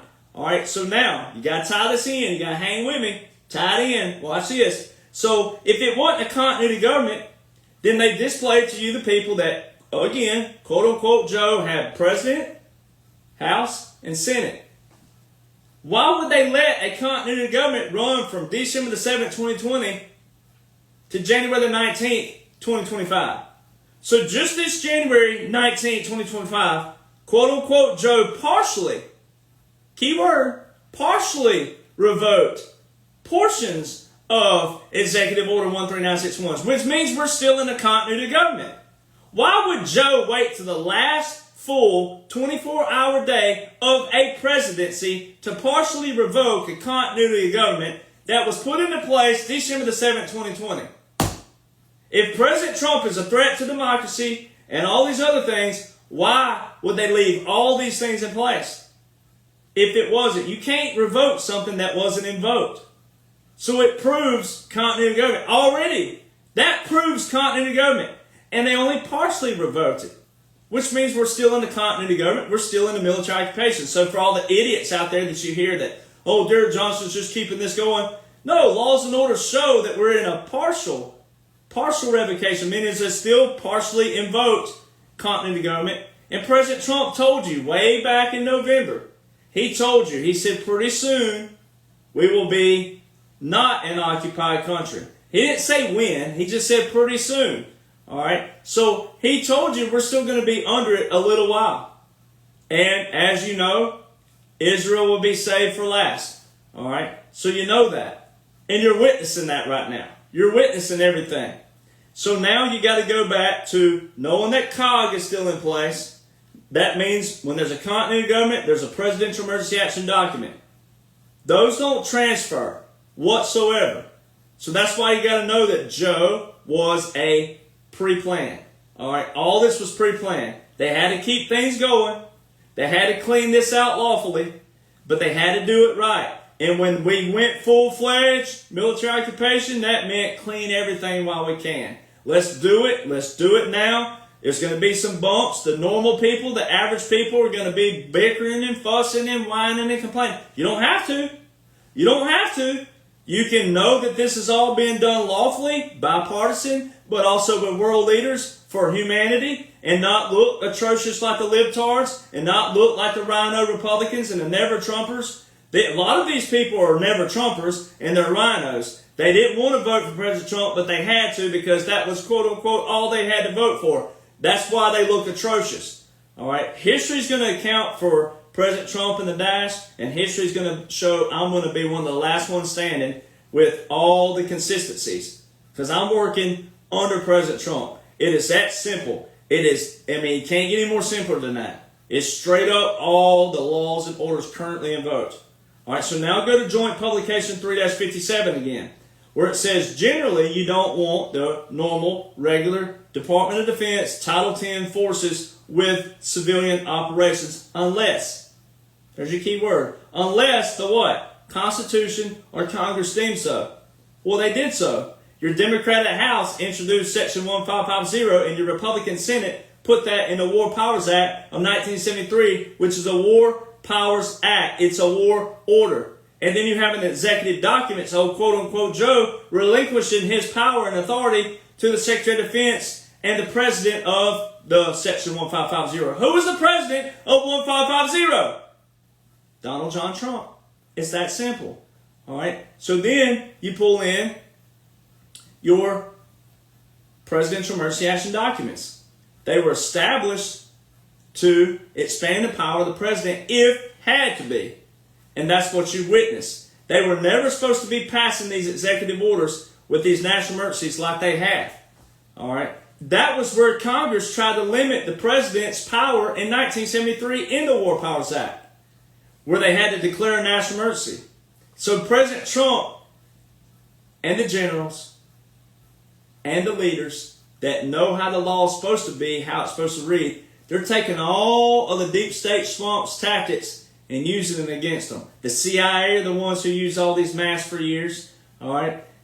You have your limitations where Congress tried to limit the president, the bureaucracy, the deep state. They try to limit the president for money. The judicial branch try to take over as your top branch. Our founders established it a certain way. Legislative, executive, and then judicial. We vote in the first two, and then the president appoints and the Senate confirms. Our Federalist Papers say that the Senate is a better trial than the Supreme Court. Hoo-hoo-hoo! Imagine that. Imagine our founders saying that. That's why Marbury versus Madison 1803 is so important. That's why the chief back then, he had to make sure he ruled a certain way because that was the founding father and the main father, the father of the Constitution, in there telling the Supreme Court that they established and created and wrote and brought up. Our founders established the Supreme Court. They're the ones that thought of this levels of courts. And there's the father of the Constitution having to go in there and tell the Supreme Court how a law looks. So that's why they had to rule a certain way, because they knew if they didn't rule a certain way, that they would just maybe abolish that court or abolish the whole system and start all over again. So that's why it's important. This is why law is important. You ain't got to be a lawyer to know the law. All right. Before 1871, someone like me could go study under a lawyer, and the lawyer go, man, you got the brains for this. You know all these books, and you read it well, you quote it well, you have a passion for it, you're fair, you're honest, and you're transparent. Hey, practice with me. That was before all this bull crap, and the bar was established in the 1870s, then the 1871 Organic Act, the 1878 Organic Act, when the Federal Reserve was established in 1913, when the IRS was established. All right, President Trump's already alluded to all this. When the swamp took over, when we went back up under the crown. That's why you got to know all this stuff. All right. So, we already talked about the tariffs. Now, New York, the National Guard have been in the subways. All right, 2022, 2023. You cannot find the executive order by the governor of New York for the subways in 2022 and 2023. But the Adjutant General has reported that the National Guard are in the subways in 2022 and 2023. All right, now there is an executive order. I finally found the executive order by the governor of New York for this most recent call up to the prisons. But again, where's the executive order from the New York governor from 2021, 2022, 2023, and 2024? It's not there. All right, so that order is your presidential from Executive Order 13912. There's no other Title 10 there. All right, so there's that. All right, your Title 32. Again, if Title 32 was strictly the governor and the governor only and no president involved in any of that, like some of these National Guard people make you think that are on the comment boxes sometimes, no. We'd have had a power-tripping governor by somewhere in there. The Adjutant General, the governor and the Adjutant General is the one that reports to the president. It says this. It reports to the governor unless the National Guard are federalized by Title 10. All right? But again, when a governor deploys their National Guard, the president's still involved with that on the back side over here. All right? So you can bet on your rear end that is a for fact. All right, when you hear people out there saying that, you gotta be careful who you're listening to. Some of these people, again, they could lay on the diving board and try to pour a bottle of water in an empty swimming pool, and they look like they peed on themselves. They're that bad. So, if you want to keep looking at dumb people, there's plenty of them out there. Texas, 2024. President Trump is at the border of Texas. He was the only president seen in Del Rio and Eagle Pass, which was the hottest part. That's all the media covered, was Eagle Pass and Del Rio. Eagle Pass, Del Rio. If President Trump was a former president, that would have been a breach of national security. It would have also been a violation of his own Executive Order 13848 with the national emergency for election interference, because it was 2024. It was the election year. I mean, that's how simple that is. But he was the only person seen with the governor of Texas and the Adjutant General. The former president, quote unquote, get out of here. So, former. He wasn't a former president. Here's how you prove that. All right? The border. It's not a state issue. Now, let's just paint this picture. If it was a state issue only, then let's say that Arizona had a weaker everything than New Mexico and Texas and California. And let's just talk about those borders along Mexico. We won't talk about the borders people forget about on Canada. All right, but let's talk about that. If Arizona was weaker and it was only a state thing, then that would mean that Texas would just look after Texas and New Mexico, and California.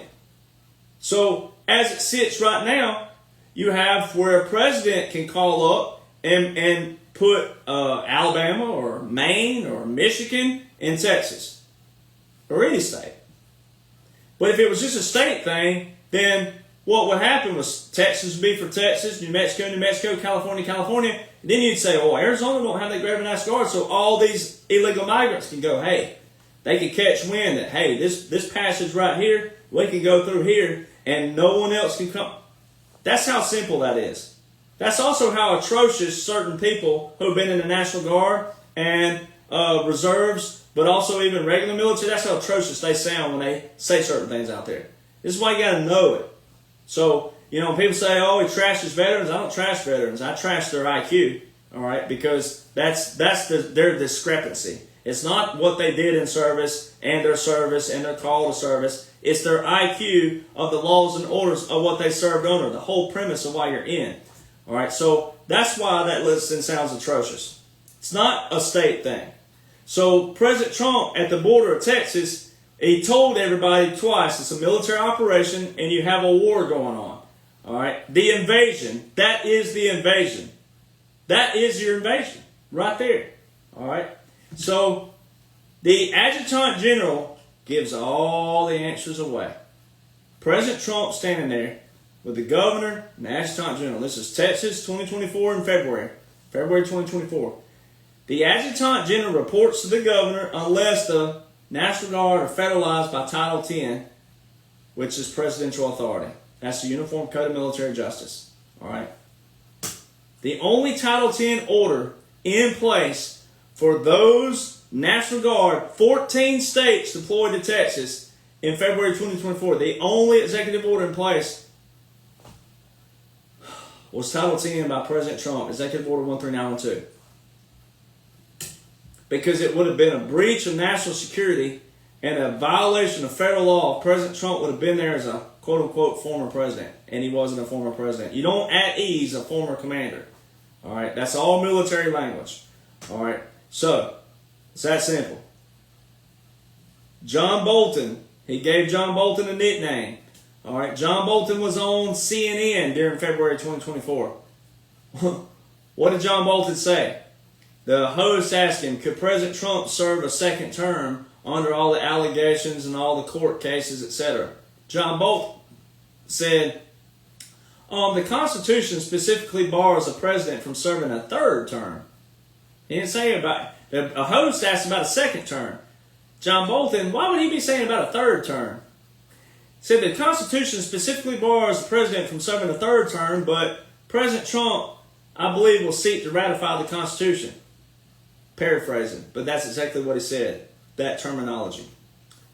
All right, so now watch this. This is pretty funny. I was talking to someone the other day. I said, now think about this.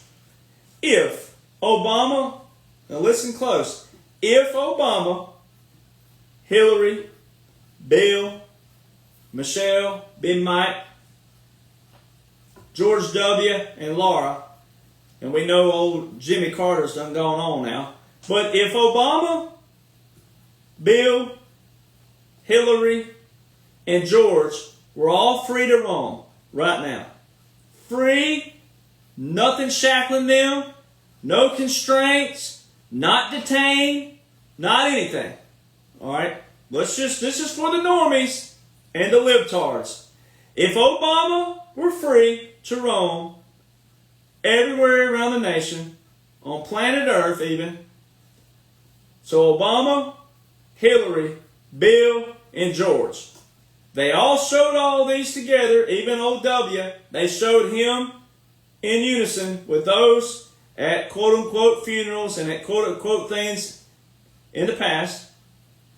So if all four of those had free roam of the earth right now, why aren't they in Democrat-infested cities and events and or doing rallies like President Trump did in 2021, 2022, 2023? Where are they? These are the liberals' heroes. So if they were free to roam, where are they?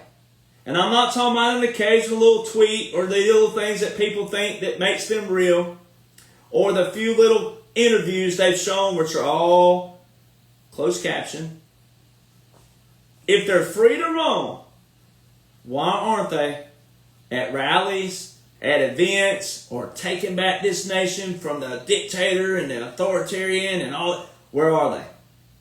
That alone right there can solve everything. If people really pay attention and think about it, if they had free roam, they could be doing all kinds of major events. They could be going around at all these different Democrats and all these, like, you know, quote unquote protests and all this other stuff, making a rally and all. Where are they? It's that simple. All right. This is why people need to not overthink this stuff. So President Trump is the first president. So we're getting into Iran now and Israel. I've seen a lot of Republicans and a lot of conservatives and a lot of patriots, platforms and normal people. You look atrocious right now. You got to listen. If you love President Trump and you love the military, it's all in laws and orders. It's all in publications way back here.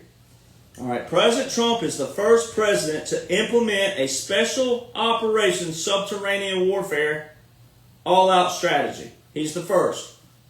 This is why it's so important. He gets credit for that. All right.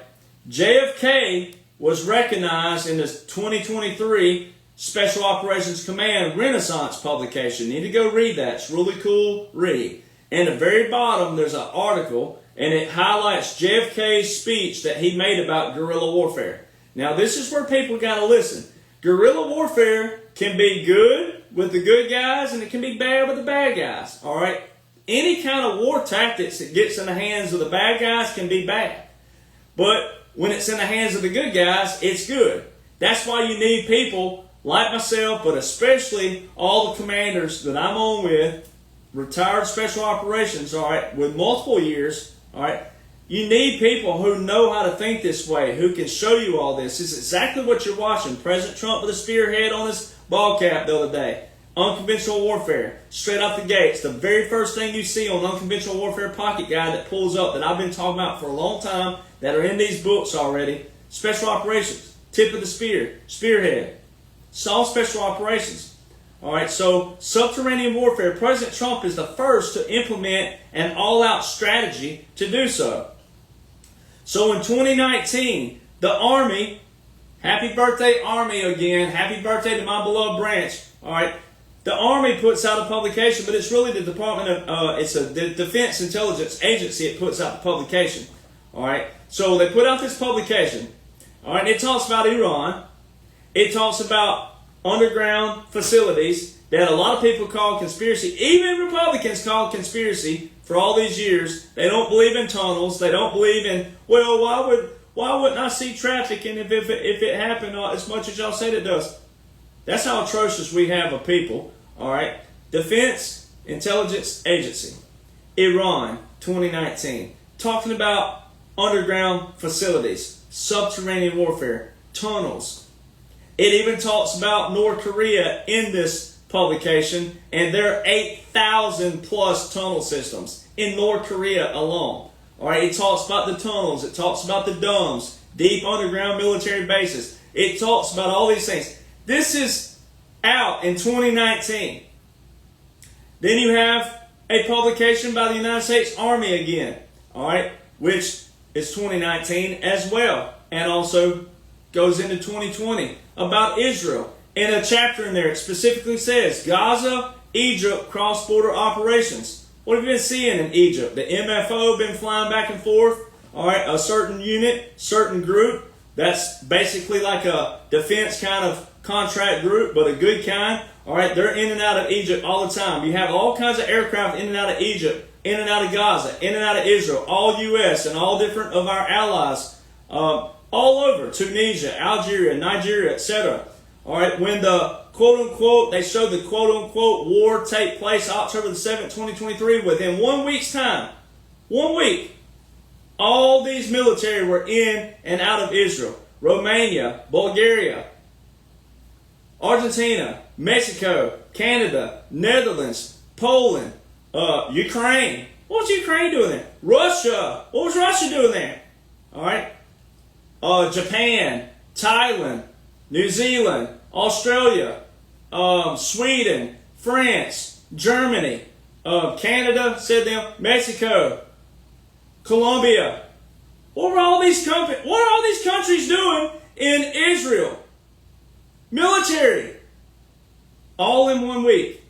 That's what you witness. All right? And in this Army publication, it specifically says that the Army is spending X amount, $1 million. Well, when you go over and you look up the, let's see, December, let me look it up. See what day that was. That was June 24th, 2018. Military. It says on military.com, June 24th, this is one of your first articles that came out on military.com, which is typically a military publication. Most normies wouldn't know about that. But it says the Army is spending $572 million training and equipping 26 of its 31 active combat brigades to fight in large-scale subterranean facilities that exist beneath dense urban areas around the world. I mean, this tells you straight out the gate. All right? And then, in 2019 as well, in August 2019, there were articles that came out, Washington Examiner and a few others, and it told you the same thing. Then, you got to know President Trump was the one who established the executive orders to go against Big Farm. And all of a sudden, you have Jonhson & Jonhson in a court case in Oklahoma, the great state of Oklahoma, place I lived once upon a time. Beautiful state. Every county in Oklahoma went red this year. Every county was red in the state of Oklahoma. That is impressive. All right. So, all of a sudden, you have Jonhson & Jonhson in a court case, and they lose the case. President Trump told everybody, we're not paying for it anymore. Unless I check Jonhson & Johnson's Big Farm, and we know what they have been doing in the past, those who are patriots on here and awake. We're not paying for it anymore, someone else will. Army publication, Army articles, $572 million. Washington Examiner, $572 million. All your mainstream articles that started talking about the Army's large-scale subterranean, well, guess what that means? Go over to the joint publication, 2016. There's your spearhead, special operations, large-scale. $572 million. What did Jonhson & Jonhson have to pay? What are the odds that all of these articles from 2018 and 2019, but especially August 2019, the month that Jonhson & Jonhson loses his court case, what are the odds that Jonhson & Jonhson, Big Farm, has to pay $572 million? And that number is the number that is spent to train our military for subterranean warfare that's taking place in Iran and Israel. What are the odds of that? See, when I raise my voice like that, that's me being passionate. That's not me yelling. That's me going, hey, how is it that people will argue absolute, unequivocal proof? Israel, already in our publications, 2019, saying what's going to take place. Now, Israel is in Iran. All right? So, let's show what's taking place there. You hear people right now saying, would it be President Trump starting a foreign war if we aid with Israel? And right now, if you Google, it'll tell you that Israel is requesting U.S. support.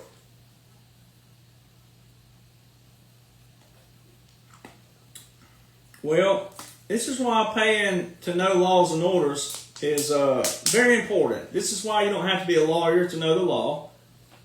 This is why you don't have to be high-ranking military. You don't even have to be military to know what's going on. You don't even have to be a veteran to know what's going on. Executive Order 12170, 1979, Jimmy Carter. declared a national emergency. That is the oldest national emergency active right now in U.S. history. That executive order is 4 years older than myself. That executive order is 46 years old.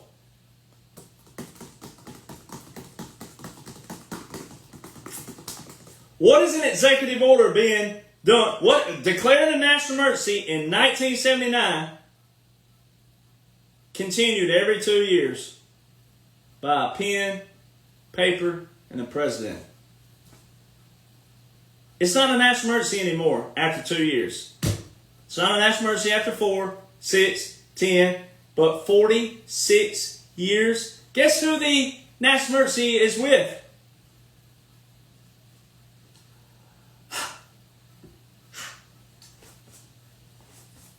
Iran.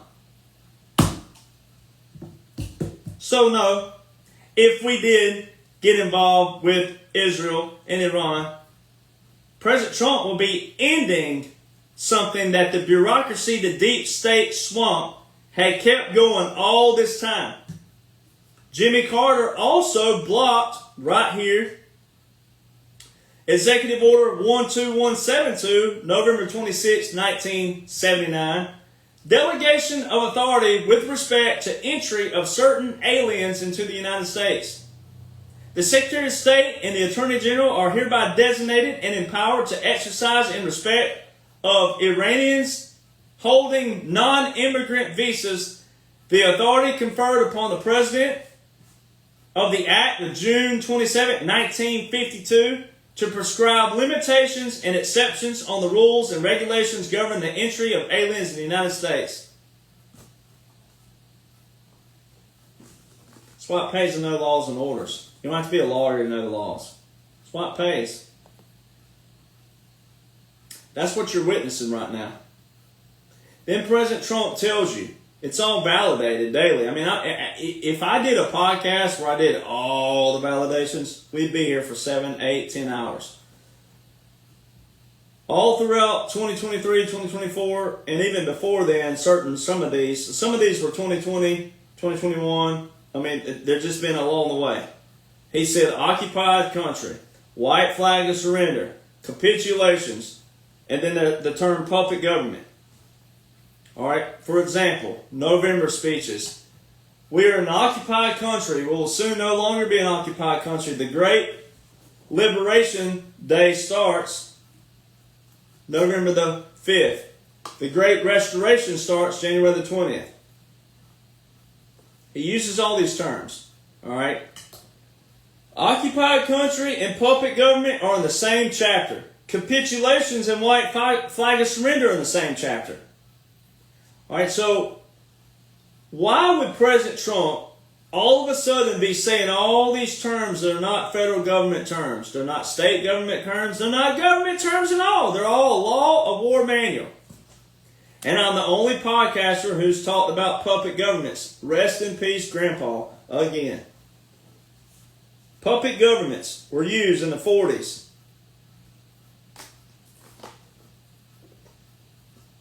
Puppet government in the Philippines is most popular. So President Roosevelt, Franklin Roosevelt, who served 4 terms, he was in his 4th term when he died, 13th year when he died. All right. 4th term, died in the 13th year, voted in by the people. It wasn't until 1951 that Congress violated the Constitution by putting term limits on the president. Nowhere in the Constitution does it say to put term limits on the president. Nowhere. There's that Constitution that Democrats love to use that word, but don't know jack, diddly, doo-doo, squat about it. All right, don't know anything about the Declaration of Independence, don't know anything about the Bill of Rights, don't know anything about the Federalist Papers, don't know anything about the Revolutionary War, don't know anything about our history, don't know anything about our founders. Oh, but they want their freedom of expression, which is the Bill of Rights. So they want that, but they don't want anything else written by the same people. That's pretty atrocious. All right. So you have the occupied country comment, and you have the puppet government. All right. Puppet government February 18th, 2025, just this February, 10 days after my birthday, you had a reporter asked President Trump about Russia and the capitulations and a puppet government. Why would a reporter, these reporters don't know their head from a hole in the ground. All right? So why would a reporter be asking President Trump about that? And all of a sudden it was put on Daniel Harris Jr.'s page and all that Russia's using a continuity government. What are the odds of that? I mean, just what are the odds of that? When we have clear continuity government invoked in executive order, and people won't even believe in executive order, all right, amazing. All right, so you have these terms, all right, that President Trump has used that are all law war manual. So an occupied country, well, an occupied territory is what it's actually called in the law war manual. It's not an occupied country, so he slid that one in there, but it's the same thing. All right, so you have an occupied country and a puppet government. So in the puppet governments, those are cool because Roosevelt brings the President Quezon, the real president of the Philippines, to Washington, D.C. He says, you come here, we'll protect you, but we want access to your military. You'll be under me, but I'll have full command of your military. See, Roosevelt was the one that told Congress on December the 8th that if you don't write something, I'll act. All right? If you don't write something. So Congress did what? The first War Powers Act of 1941, and they followed up with the second War Powers Act of 1942. But Roosevelt said, you better act or I will and my military will. You better act, Congress, on paper. All right? So that's what brought the War Powers Act into play in the first place. All right, that's what made all those bureaucrats get to thinking in the 1970s, we better write something in here to limit the power of the president. Nowhere did the Constitution say that. Nowhere. Whatsoever. All right, none of that. All right, it's up to Congress to do what they're supposed to be doing. Representatives, senators, they have a lane. They have a role. All right. And then the president. Then you have his cabinet, and you have the judges, and they're appointed, and you have all these lanes. So it's up to the people to do that. But you don't want to put limitations on the president either, because if the Congress ain't doing what they're supposed to be doing, like the past bureaucracy, then the president's got his hands tied as well. So it can work both ways. That's why the founders wrote the Constitution to be so broad, because it does have movability. It has some space in there. But then you have other laws and orders that fine-tune that. So you can't have the abuse of those. And that's what we've had. So when you look at the occupied country, white flag and surrender, puppet government, but then the puppet government, when Roosevelt brought him there, Japan installed a president to have media access, which was humorous. All right, the military was under full command of Quezon, which was the president's name, and then under Roosevelt. President Laurel was the one that was installed by Japan in the Philippines, and he only had control of civil affairs. So what's cool about that is this. The only three things, there were only three. Uno, dos, tres. There were only three things that were consistent. Only three. With quote unquote Joe, whether you're a normie, average, whatever. There are only three.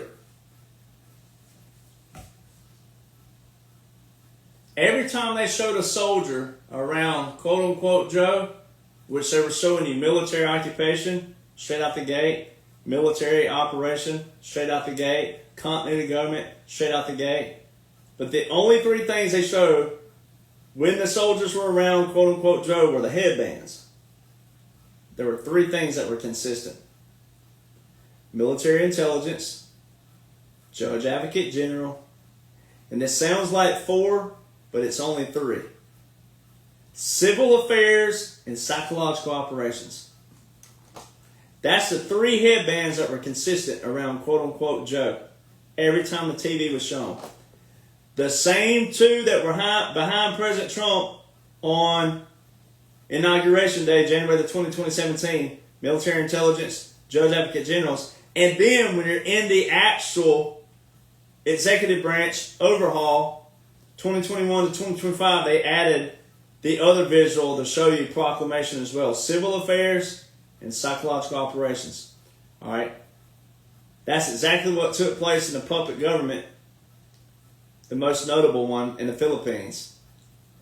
President Quezon, the real president, was under President Roosevelt and his military, full control. Japan installed a faux, a fake, who only met the press. The press thought he was real. They all thought he was real, and he wasn't. He had no control whatsoever of anything. I love this stuff, man. So, occupied country. President Trump told you we're an occupied country. The reporter on February the 18th, 2025, talking about puppet government.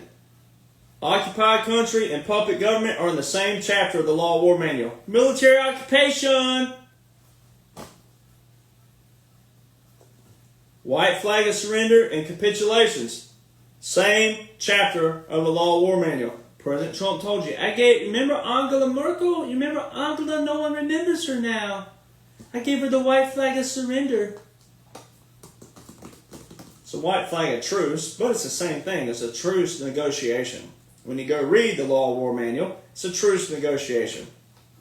White flag of surrender. They surrender. It's a truce. All right.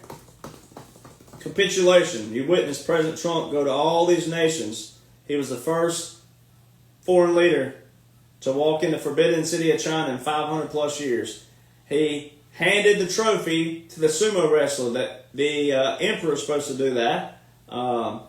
Saudi Arabia, crowned king in the sword dance there. He walked in front of the Queen of England. All right. Argentinian president, he left on the stage looking around. He pushed all those people at the NATO summit out of the way, the prime minister, and walked in front of them.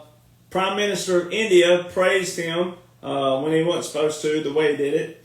We can keep going. So, you witness these capitulations take place. All throughout mainstream articles, the law firms are capitulating to President Trump. Capitulation, capitulation, capitulation, capitulation. Mainstream articles have never talked about capitulations whatsoever. All right. This week, you heard Mike Jonhson in an interview, Speaker of the House. He was asked about his role as Speaker, and he said, well, I'm just a wartime Speaker, and I have no regular schedule. Okay. Check validation straight out the gate. Wartime. All right. Then, wow, no regular schedule. If you're Speaker of the House, you would most definitely have a regular schedule. You've seen every other Speaker of the House, whether you like them or not, have a regular schedule. I'm a wartime Speaker with not a regular schedule. They can't make this any more clear with all the visuals and all the comms daily, weekly, monthly. But laws show we're still in the continuity of government. A partial, which means it's priority. They're taking care of that. It means that we're moving closer. President Trump says, I will be exonerated. The only way to exonerate him from all these idiots out there holding up severed heads and all these other things, rooting for him to be dead and rooting for all these executions and rooting for him. That's why I tell people on the flip side, on Republicans, conservatives, and patriots, don't be rooting for executions. Don't be talking like that. Don't sound like that. You have got to have a level of humanity. Military-industrial complex started all that crap as well.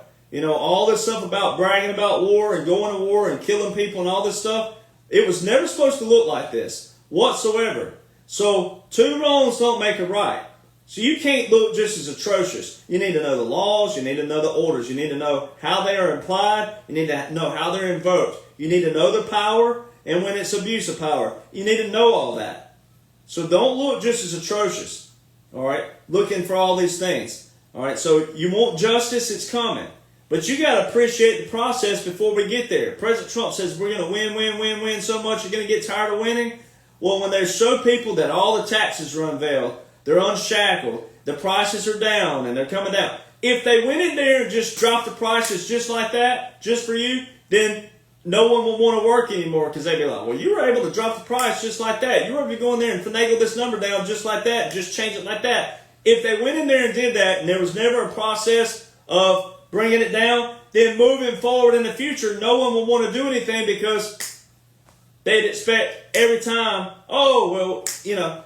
So it provides, but it also sets the standard for every single individual to be involved, to understand what's going on, know their roles, know their responsibilities, know their duties. If you're in the oil business, then you need to be doing this. You need to be doing this by all laws and orders. If you're in shipping and handling, or if you're in logistics, or if you're whatever you're in, you need to be doing everything by the standard of the laws and the orders that apply to our foundation, our declaration, our Constitution. So you got to be careful out there, all these people out there, you want justice, justice, justice. You ain't even appreciating the right to get there. Chill out. It's all been handled. But stop rooting for this stuff. Stop rooting for execution. Stop rooting for people to be dead. You look just as atrocious as the liberals out there wanting President Trump to be dead. I mean, that's how atrocious this stuff is. I mean, it's hard to comprehend that there are that many people in reprobate minds. If you agree liberals in reprobate minds because they look like it, don't replicate them. All right. Also this week, President Trump put out that the Associated Press, the appeals court, upheld their ban. All right, so if they're upholding a ban on the Associated Press, meaning they're barred and banned from, and it says specifically that they can't go to Mar-a-Lago, they can't go to the White House, the Associated Press. All right, if they're upholding a ban, that means there was already a ban in place. That means the Associated Press was already barred from President Trump, already barred from reporting, already barred. So it also paints a picture that a lot of these publications out there that he's also hammered, like NPR and all these others, PBS, etc., a lot of these are acting on their own accord. All right, you're not supposed to write anything against the government. All right, so that's why you need to know the laws and the orders. Because if you knew the laws and the orders, you'd know they're all lawful. You'd also know it's all military laws and they're all being carried out by the T of the Title 10 Presidential Authority, the Uniform Code of Military Justice, which is in our oath again. That's why you got to know all the laws and orders. You got to know how they apply and make them applicable. Study them, know them, and then apply them. So 47 U.S. Code 606. Right off the gate, you heard me way, way back. Those who have been following me for that long time, you've been hearing me say 47 U.S. Code 606. You've heard me on podcasts say it's already been done. 47 U.S. Code 606. It's actually titled War Powers of the President. He can control radio, TV, and internet broadcast, transmissions. All right. With the appeals court upholding, it's telling you it's already been in place. This ban and this bar on the Associated Press, appeals court upholding that this bar and ban on the AP can still be applied by the president. That's a direct point to 47 U.S. Code Section 606 titled War Powers of the President. During wartime, the president can suspend, he can do all kinds of things that he needs to be done to radio, TV, and internet broadcasts, which means media, all sorts. It's all in laws and orders, baby. It's all there. That was just this past week. All right. The reserve components have been active daily since the order was put into place all over this nation. When you see people comment on my page occasionally, the idiots out there, oh, here comes another aircraft photo. That's how dumb they are. And they're only putting a giant red X on their forehead that they're a dumb you know what. All right. They're dumber than a box of turtle hair. All right. That's what they are. I mean, they're not wanting to be a part of humanity whatsoever. Tip of the spear on President Trump's ball cap just this past week. All right. The hand formation again. It's all outlined there. So when you hear these liberals out there talking about, oh, this is unconstitutional and this, that, no, it's not. They don't know the Constitution. They don't know anything about the Constitution. They don't know anything about the foundation. They don't know anything about the Revolutionary War. They don't know anything about the timeline that I gave already. They don't know anything about the Declaration of Independence. They never quote from the Declaration of Independence. They never quote from the Articles of Confederation, which you don't really have to in one way, but they still don't know about them. They don't know about the Constitution. They don't know about the Bill of Rights. They don't know anything. And that's why Republicans and conservatives and patriots don't need to look just as atrocious. There's already a plan in place. It's already there. President Trump put it there. It's already there. He gave you the visual right there. He gave you a visual April the 2nd, 2023. He was already claiming in April 2023. That was a year and 7 months before November the 5th, 2024. He's already saying, hey, I'm 45. I'm also 46. I never left. By laws and orders, I never left. It was a military occupation. It was an overhaul of the executive branch. We showed you with a funeral for Joe Biden on January the 20th, 2021, 3 cannons at Arlington. No officers present for the cannon salute. The soldiers didn't salute the motorcade. We showed you all this. It was an overhaul. January the 1st, reconstitution of the executive branch. Publication. Then he's saying I'm going to be 47 a year and 7 months before the actual date.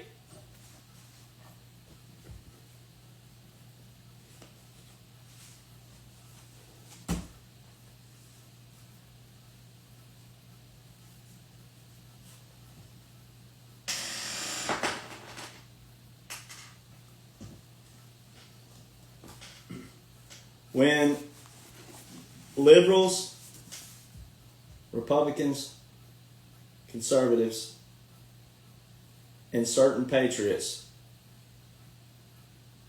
act like they've been acting, make comments like they make, get mad when I correct them. There's people that I've gone in their comment box and corrected and they want to retaliate. All they're doing is a disservice to every man and woman who's ever served in the uniform. Whether they know the laws and orders or not, they stand to be corrected, and they can be corrected. And majority of veterans, when they are presented with the laws and the orders, saying, hey man, you were out there, I saw you at that protest, and you don't know what's in laws and orders. You have no idea what you think you're protesting. Here's your Title 10 authority right here. This is the same Title 10 you raise your right hand to. This is it right here.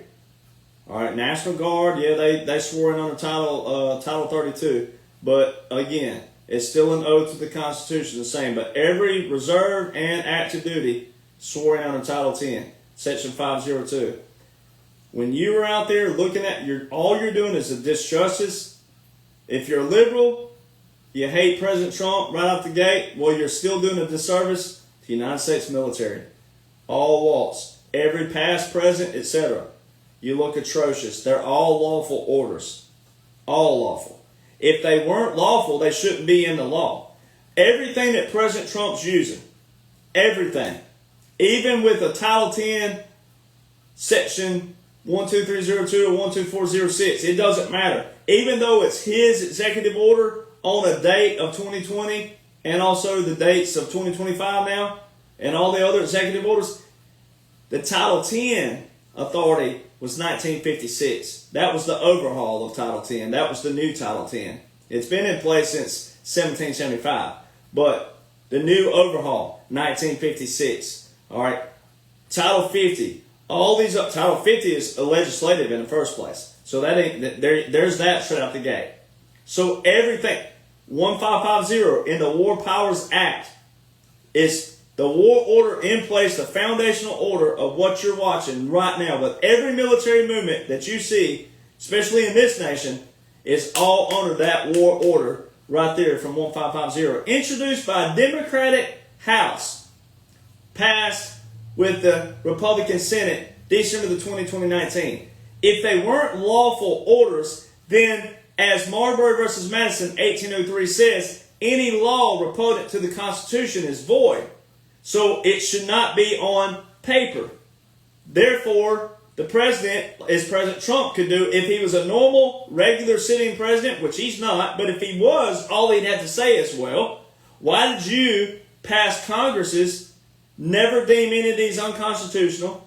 Why did you leave all this on paper as the application and prescription of law to invoke?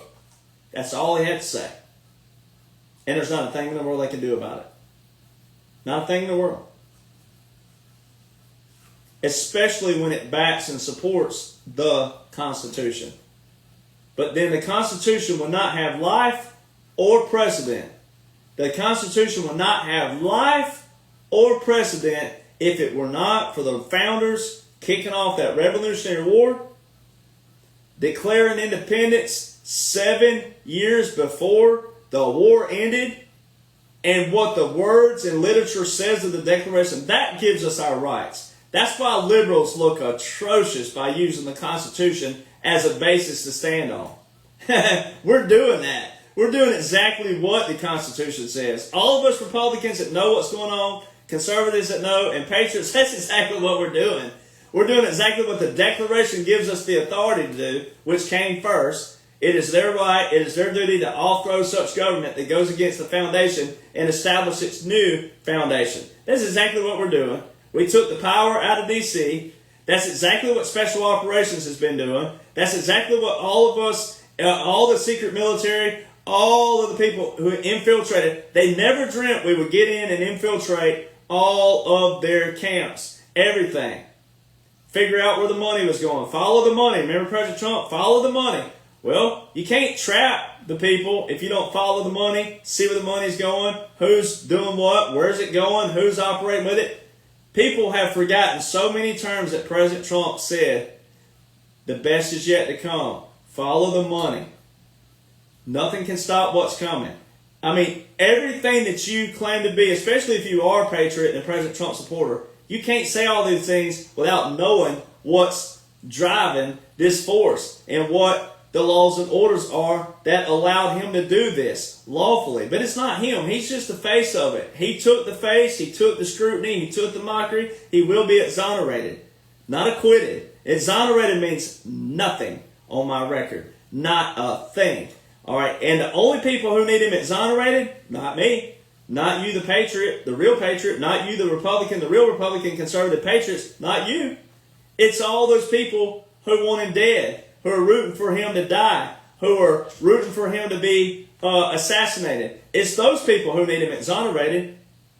So don't think for a second that there's not a plan in place that's going to bring all this to a halt, but also show you and exonerate him, but also validate the dash in full context. It's already there in these books on my platforms. It's already there because I'm operating as a person keeping my oath, and I know all the laws and orders. God gave me the ability to retain it all, put it right here, and not Hansel and Gretel you and throw it to you and give it to you in a 2 or 3 hour video for you to take and watch over and over and study, and then come back if you're struggling and study.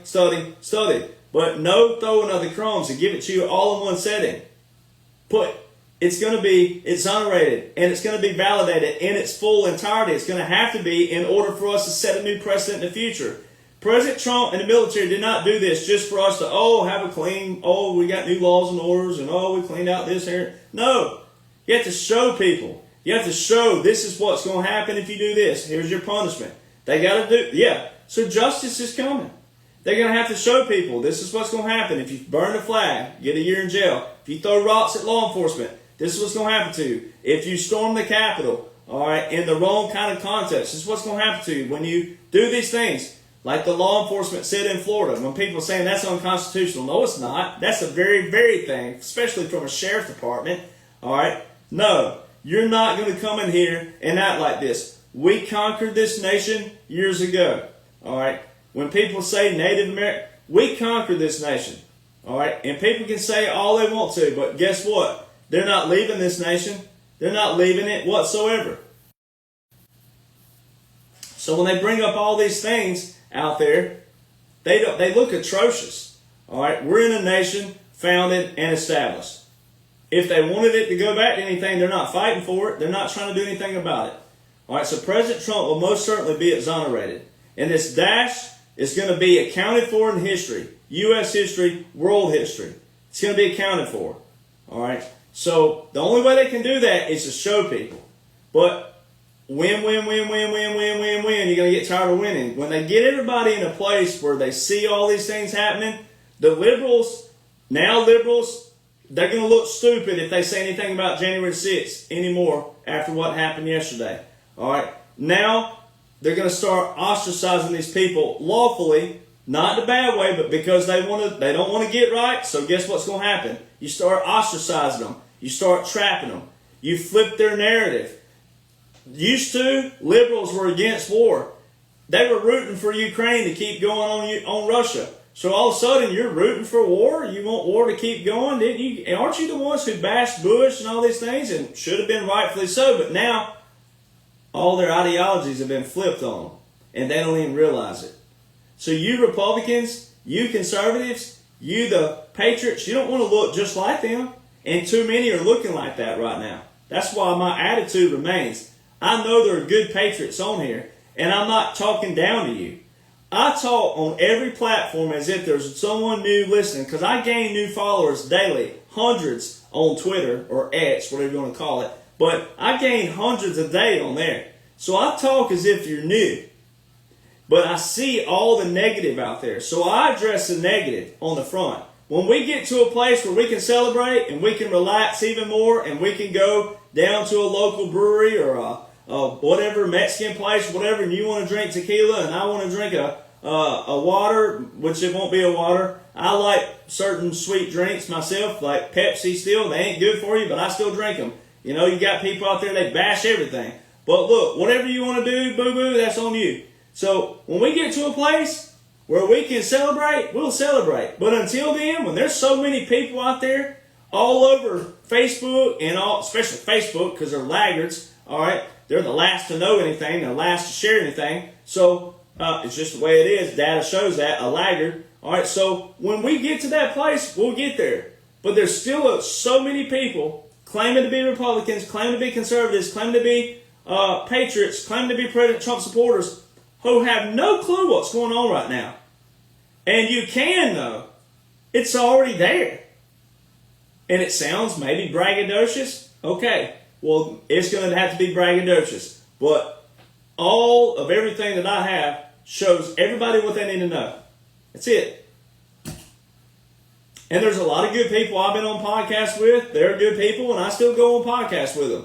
All right? Not saying I'm the only person that you got to listen to, but I build you a solid foundation to stand on. You won't be wavering daily. When you see something, you'll be like, oh yeah, baby, I love that. Heck yeah, let's go. It's all part of the plan. Presidential emergency action documents are pre-planned. When you have a continuity of government invoked, you have a presidential emergency action document. They're pre-planned. All right? And President Trump's doing it. You can't say Trump was right about everything, and you shouldn't say Trump in the first place. Let him do that. He's President Trump. He's wartime president. He's Supreme Commander Trump. Lawful. All right? But when you see the term in the ball cap and the shirt, Trump was right about everything, you can't say that if you don't believe that. Or you shouldn't say that if you don't believe that. The only way he can be right about everything is lawfully. Because he has all the laws invoked right now that makes him a wartime president that allowed him to trap the swamp, trap the enemy lawfully, trap the bureaucracy, trap the deep state bureaucrats. And that's what's taking place. If it wasn't, where's Obama? Where are Bill, Hillary? Why aren't they free roaming? Why aren't they out there just rallying left and right and rallying up all these Democrats in these infested cities out there? Where are their heroes? If they were free to roam, they should be able to do what? Rally, campaign, rally all their people. Social media, if people are saying, oh, well, they're on social media, they tweeted it. Anybody can be running that social media. And they are. It's not them. All right? So the only way to exonerate President Trump is when we get out of a full continuity government, it's going to do that. And he's going to do what? He's going to fully end all these national emergencies. He's going to fully take care of all these things that bureaucrats left open all these years. That's why it's important to know that Iran, in 1979, executive order with a national emergency, it's got to be ended. It's got to be taken care of. But he didn't start the war. He got Israel to go in there. They're bombing the hell out of these nuclear facilities. You should be terrified what Iran built up all these years. That's why he started hammering the Obama Iranian deal, all right, from the very beginning. said it's atrocious, it's terrible, it's disastrous. All right, and then all the people we exchanged for that and gave up all these different people who we had hostage and all these other things. All right, Obama. All right, so you got to know these things, but they can't just stop them either. They have to say, hey, this is what we're going to do. This is what the world's going to look like from here out. That's why the Indo-Pacific Agreement of 2019 said every nation will be sovereign, independent on their own. All right, but we had all these executive orders open and bureaucrats promised all these people for years, so President Trump's having to go in there and clean things up, clean things up, clean things up. So they're getting other nations. They got Russia to go into Ukraine and take out all the U.S. biolabs that the U.S. Department of Defense was funding in 2004. All right, that's what's been going on there. Same thing with Israel going into Iran. You should be terrified what Iran had saved up. See, all the nations that they had running bureaucracy with all these years were the ones building up. And then you had Bush starting bull crap like 9/11, which is going to be unveiled. There's already a Supreme Court docket case ready to roll with that. 23-939, Donald J. Trump versus United States government. All right, that's going to open a massive can of worms on 9/11, Obama, Gaddafi, and Hillary. It's already there. See, if you know these things, this is why patriots, quote unquote, certain patriots look atrocious right now. It's why certain Republican, quote unquote, and conservative, quote unquote, and patriot, quote unquote, platforms look atrocious right now with all their surface level propaganda bullcrap when there's already a plan there. And I know some of these people. I message them all. I'm like, why are you doing this surface level propaganda? You're misleading so many Americans. You're misleading them.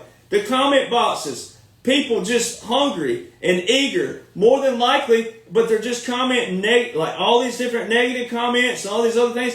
And it's a surface level propaganda when there's already answer in place, especially if you're a President Trump supporter and a military supporter. There's already clear evidence, blueprint, shell that outlines everything. And I'm not going to stop fighting for it. That's exactly what my role and duty has been put in task to me, is to show people that. And it doesn't matter what resistance is there. A lot of the resistance is just ignorance, and they can be educated if they shut up long enough and listen.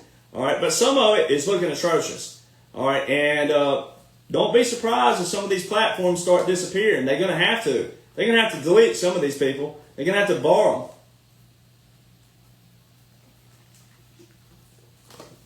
They got to. You can't have people out there just writing what they want to with thousands and millions of followers. It's atrocious. It's atrocious for the military, all service members, but especially what's going on right now for President Trump. And, he's safe. He's secure. Everything's been planned. You ain't got to worry about anything. There's nothing to fear. Everything's been taken care of. That dash right there shows it was pre-planned. The whole thing is pre-planned. Every bit of it's pre-planned. All right, what you're witnessing, it's all been planned. Every aspect under that is planned because you're in a military occupation, you're in a continuity government. You're not in a regular form of government. Jonhson told you that. Mike told you I'm a wartime speaker. I don't have a regular schedule. If he was a Speaker of the House in a constitutional government without a continuity government military occupation, he would have a regular schedule. And you would see Congress. You would see Congress meeting, but you don't. So you will see President Trump exonerated. In order to move forward in the future and maintain and sustain what all we've been through, there will be a full-fledged revelation and revealing of what is taking place. The only way we can do it. So you need to hang tight. Don't panic daily. Know the laws and orders. Know the laws and orders. If you panic, frustrated, whatever it is, come back to my page. Find something to read and study. Find something to read and study. And I'm going to be doing this weekly as I always do and daily as much as possible. But it's all right here. All tip of the spear. All right? That's all you need to know. That's all you need to know. Until you have a foundation of what President Trump and the military is working with, and it's all lawful, all constitutional, that's all you need to know. So this right here, all this proves, again, with your continuity government executive order, your presidential emergency action documents, and also all the executive orders within that under the Democratic introduced Section 1550, which is the last amendment to the War Powers Act, and then quote-unquote Joe relinquishing his power to the president of that, which is President Trump. It all shows you right there. Your 2017 to 2021 was a resetting of the legislative. Your 2021 to 2025 was resetting of the executive, and right now you're witnessing the resetting of the judicial branch. 2025 to 2029. That's why you're here. Judge this, judge that, judge this, judge, all over the media. It's all that. All throughout 2017 to 2021 was legislative this, law, everything. 2021 to 2025. That's why so many discrepancies were there with quote-unquote Joe. All right? And nothing seemed real. Everybody's like, what's going on? What's happening? Well, that's why the good Lord put me on the map in 2022. Because so many people were struggling with 2020 and 2021. And then boom, finally. And God used my documents, people to read the documents. And then God allowed me to sign my publicity contract for my birthday at Trump International with President Trump president. I was the only person, still the only person that I know of that's been allowed to sit at his chair, in his chair, at his reserved table. People that are invited to his table can sit there, but I sat in his chair. I signed my publicity contract that put me on radio, and it allowed me to write these books. Independent, no publisher, no ghostwriter. All of the laws and orders more than clearly outline special operations, continuity government, military operation, unconventional warfare, clandestine operations, covert operations, puppet government, continuity government. It's all there. You got to know that. So for all the liberals, be sure to tag a liberal. Let them have it on here. And when I tag it on X, let them have it. Add a liberal. Like find a liberal page and add them and just keep adding them. And say educate yourself. Educate yourself because you all look atrocious right now. Everything's been done lawfully. And the military are not taking unlawful orders whatsoever. They need to know that. Title 10.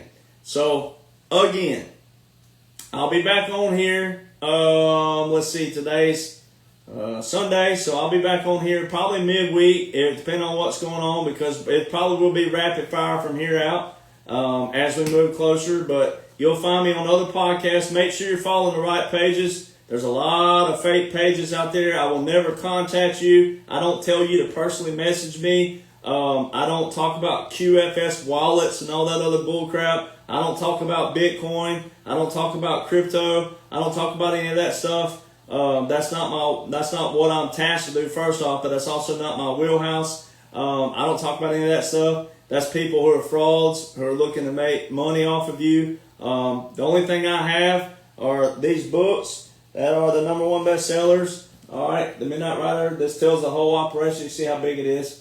All right, that's how big they are right there. Part 1, Part 2. And then you can get those on rattletrap1776.com if you want me to sign them.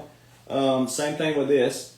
I'm the first in country music history to unveil all the secret society and how this ties into the deep state, the major record labels and all those turds up there. It's not about talent. I've had Billboard hits, country airplay hits, which is the only chart that the labels score their hits from. All those are rattletrap1776.com, RATTLETRAP1776.com. Click on Get More Gear, sends you over to the page. Click Shop All, and then it shows you everything.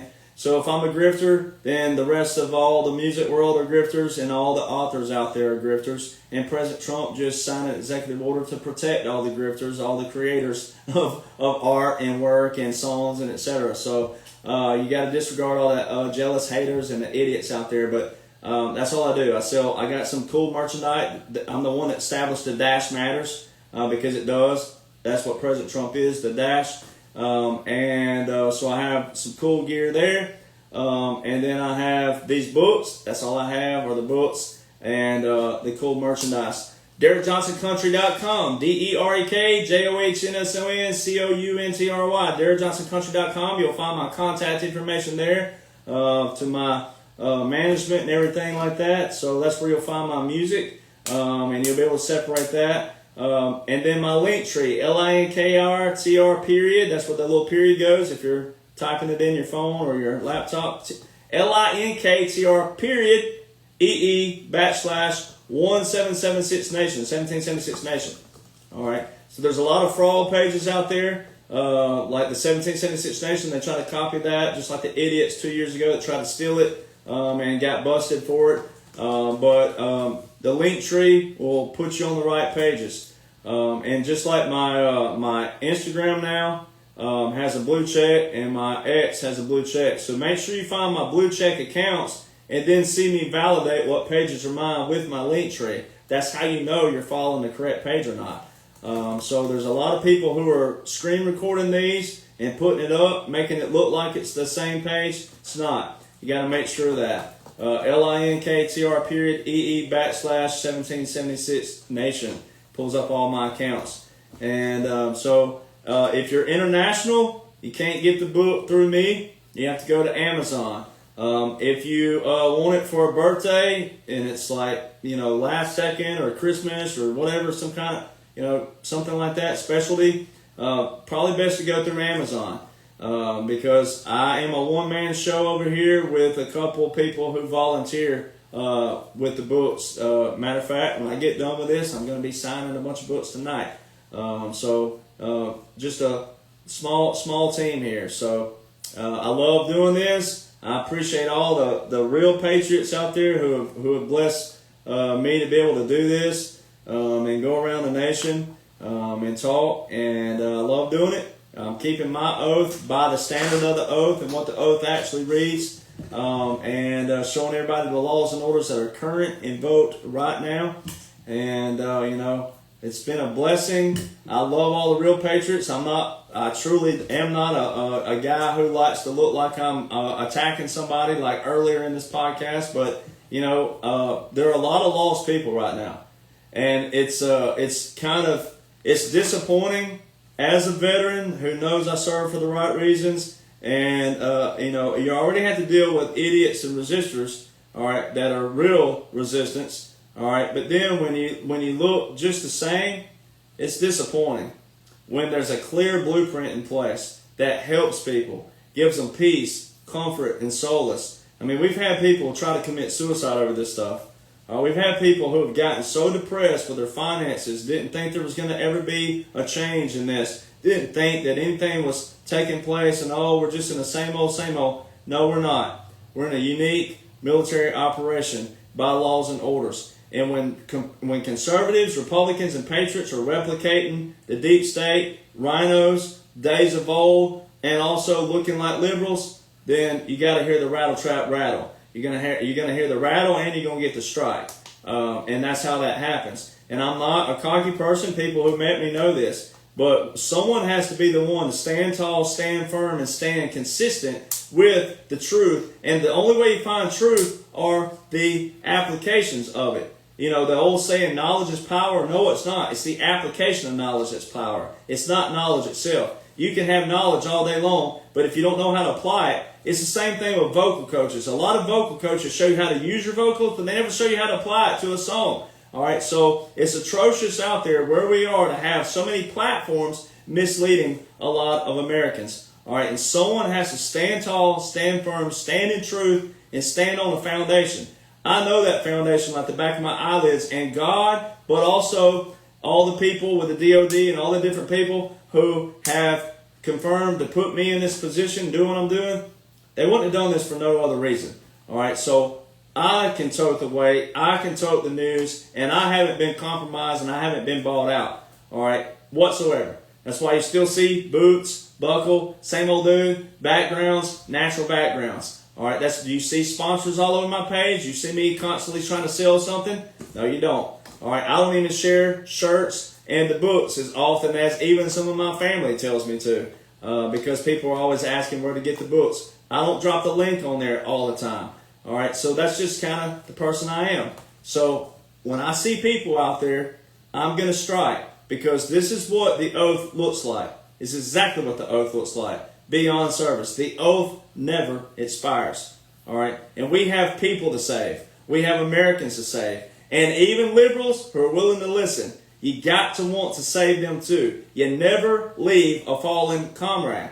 All right, no matter how much they're spitting, cussing, kicking, and all these other things, you try to save them as much as possible. Look at Forrest Gump. I know a lot of people, it's a great movie. People think it's, whatever, funny and whatnot, but also you got to look at the seriousness of it. When you see Forrest go back into the jungle, and old Lieutenant Dan didn't want him to save him. Leave me here, cussing and all these things. And it wasn't rosy and it wasn't perfect in the movie. Even though it's a movie, you got to look at the real life of it. When he saved him, it wasn't rosy after that. It wasn't perfect after that. He had all kinds of trauma and all kinds of bumps and all kinds of this. But when he jumped off the ship, when he was up there on that ship, you call this a storm? I'll show you. And then old Forrest said what? I think he found his peace with God. And after that, it was tranquility. And then he left off for a little while. And then when old Forrest had his wedding, and people laugh about it, make it, he's about his, you got some legs, Lieutenant Dan? And they pulled up, yeah, titanium, baby. Right? It is funny. But then bring back the seriousness to it. The seriousness was he had a beautiful woman on his arm that he was dating. He had a set of legs. He had a life. All right? And he wouldn't have had that life if Forrest hadn't gone back in the jungle and rescued him. All right? And I know a story of a soldier who went back in to save his buddy. And when he got there, the soldier, first, before he got there, his command said, don't go back in there, you're going to get yourself killed. You're going to get yourself killed. And he still went back. And when he got there, and he got back to the trenches, he was dead. And his command said, you idiot, you fool, I told you he'd be dead, and you are stupid for going back. You could have had yourself killed. And he said, no, sir. He's like, when I got back to him, he said, I knew you'd come back after me. I knew you'd come back for me. And so he got to hear his last words. All right, so, little things like that, and that's a well-known story out there, but there's plenty of stories like that. I could tell a lot more other stories of different people that I know in service and different things like that, but that's what it's all about. All right, and that's what we got to do in the future. To maintain and sustain this, we have to have accountability. We have to have responsibility. We have to have transparency. We have to have honesty. But we have to have communication. All right? And the only way we can get through all this stuff is there's going to have to be some revelations. And you're going to see that. All right? But you don't have to be scared. You don't have to be fearful. All right? First off, if you believe in God, then it's already taken care of. It's already written. All right, but that don't mean you're not supposed to fight for it. It's not supposed to mean that you're supposed to sit back and go, God wins. You hear people say that all the time, God wins. No, God wants you to fight for His kingdom too. It's all biblical. You don't just sit back and say, oh, well, God wins. No, you got to fight for it too. But there's an appropriate way to fight right now. You need to know the laws and the orders. You know how to make that applicable to your friends and family out there. And if you can't repeat it like me, most people can't, I get it. You still got to show them. You got to say, hey, share this link, share this link, share this link. Whatever you got to do, bring them over here. I'm not always sitting here, oh, you get this, here's this cream for your face right here, and this butt cream here, and it'll make your butt feel good, and all this other stuff, and you sit on it all day long, you ain't reading laws and orders like you should. This butt cream sure will help. You don't see me doing that, so you can trust me. You've been sitting here for 3 years almost. August will be 3 years, all right, that I've been here, all right, doing exactly this, daily, weekly, monthly, yearly now, and will continue to. We got a nation to save, but we got to save it appropriately and accordingly. All right, and we're under a certain kind of unique laws and orders right now, and that's what you need to know. All right, all this other stuff is just noise, drama, and propaganda. And the way we maintain and sustain it is setting that foundation, knowing that foundation, accountability, responsibility, transparency, honesty, but communication. One of your key components there. Listening, not hearing. All right, so there's a lot of things that we have to do right now, and that's why when people message me all the time, what can I do, what can I do? Well, this is where we are right now. We still have a lot of people who need saving out there that need to know what's been going on, all right, and get caught up where we are. And so you got to give them that foundation. You got to give them that opportunity to do so. All right, don't just write them off. Don't do that. Fight for them. All right, no matter what they're saying to you, if they're kicking you, cussing, whatever, virtually kicking you, whatever, hey, Smile and be like, hey, no matter what you say to me, it don't change the laws and orders. No matter what you call me, it don't change the laws and orders. No matter what you do, it don't change the laws and orders. All right? Have that warrior mentality. Have that spirit. Have that passion. If you love this nation, that's how you be a patriot in this nation. All right? That's how you compliment President Trump. That's how you compliment the military, the current active duty especially, and all the National Guard and reserves, even on active and also still in national and reserve component capacity. All right? That's how you compliment that. All right, you don't give up. You keep fighting. You have passion. You have to kick a little sometimes. Old Little Texas song, the 90s band, Little Texas. Sometimes you got to kick a little to cause a stir. Sometimes you got to make some noise to be heard, like I did early in the podcast. All right, I'm just, the negative attitudes towards my positive butt kicking attitude is also, come on, it's not necessary. All right, I'm not being negative. I'm not talking down to all of you. I'm saying we got to fight right now in another kind of capacity. Everything is taken care of, absolutely, but we have to fight on the levels of which we have to fight at. And that is legislation right now showing all these people out there that no, this is constitutional. No, that's not an unlawful order. Here it is right here. So we have to try to get them to see the light. All right, no matter what. And then let God take care of the rest. So you do everything you can in your power, and then let God take care of the rest. Don't flip that equation around. You don't think that God's going to take care of everything, and then I'll do my little part here. No, you fight in the right kind of ways, and then God will take care of the rest. If it's someone who just don't want to come aboard, okay, all right, but you got to show them, because some of them just don't know that they don't know, and when you show them that they don't know that they don't know. Most of them probably will go over here in their house and read it and go, oh my gosh, I've been saying this, and this, and I look like an idiot. They may not come to you and say, oh my gosh, I look, but you'll see them. They'll slip around and they'll start saying certain things. And you'll be like, you weren't saying that a couple of days ago, a couple of weeks ago, a couple of months ago, a year ago. Or they'll go into their hole and then they'll do what we also need them to do. Quit running their traps out there and quit looking atrocious in another way because of the people who may be seeing that. All right? So everybody has a way to be a light. Everybody has a way to be a mouth. But we need the right kind of mouths wagging right now, not the wrong ones. So that's why it's important to know what the liberals are doing right now are atrocious. This no Keynes bullcrap. They don't know anything about the foundation, anything about the laws, anything about the orders, especially military, Title 10, authority, all constitutional, what's going on with the National Guard, with the reserves, and with the Marine Corps and all the others that might be involved visually in the future, no matter what it is. All right? There will be a revelation. Don't worry about that. Enjoy the ride. Enjoy the show. If you know what you're supposed to be doing right now, you won't get fretful. You won't get tired. You won't get weary. There will be a revelation. History will exonerate President Donald John Trump. History will unveil what the dash exactly is and everything. It's going to have to. In order to leave all the past that we've been through, the bureaucracy, the mudslinging, the dogfighting, the cussing, the hatred, the ridicule, all that, it's going to have to. And they didn't do this, and we didn't do this, the military, no one did all this just to go back to that same cycle. And the only way you get out of that cycle is to unveil win. No more deep state, no more bureaucracy, but also when all that is set up, then you can have justice. Because we need as many people as possible on board to see the win. And the ones who are shut up and got ostracized and all of a sudden, oh crap, I said something way too soon. See, so all these people are going to do that, and then you hit them with justice. Then people will appreciate it. Even if it's just them sulking in their house over here, you're going to know because they're going to get quiet.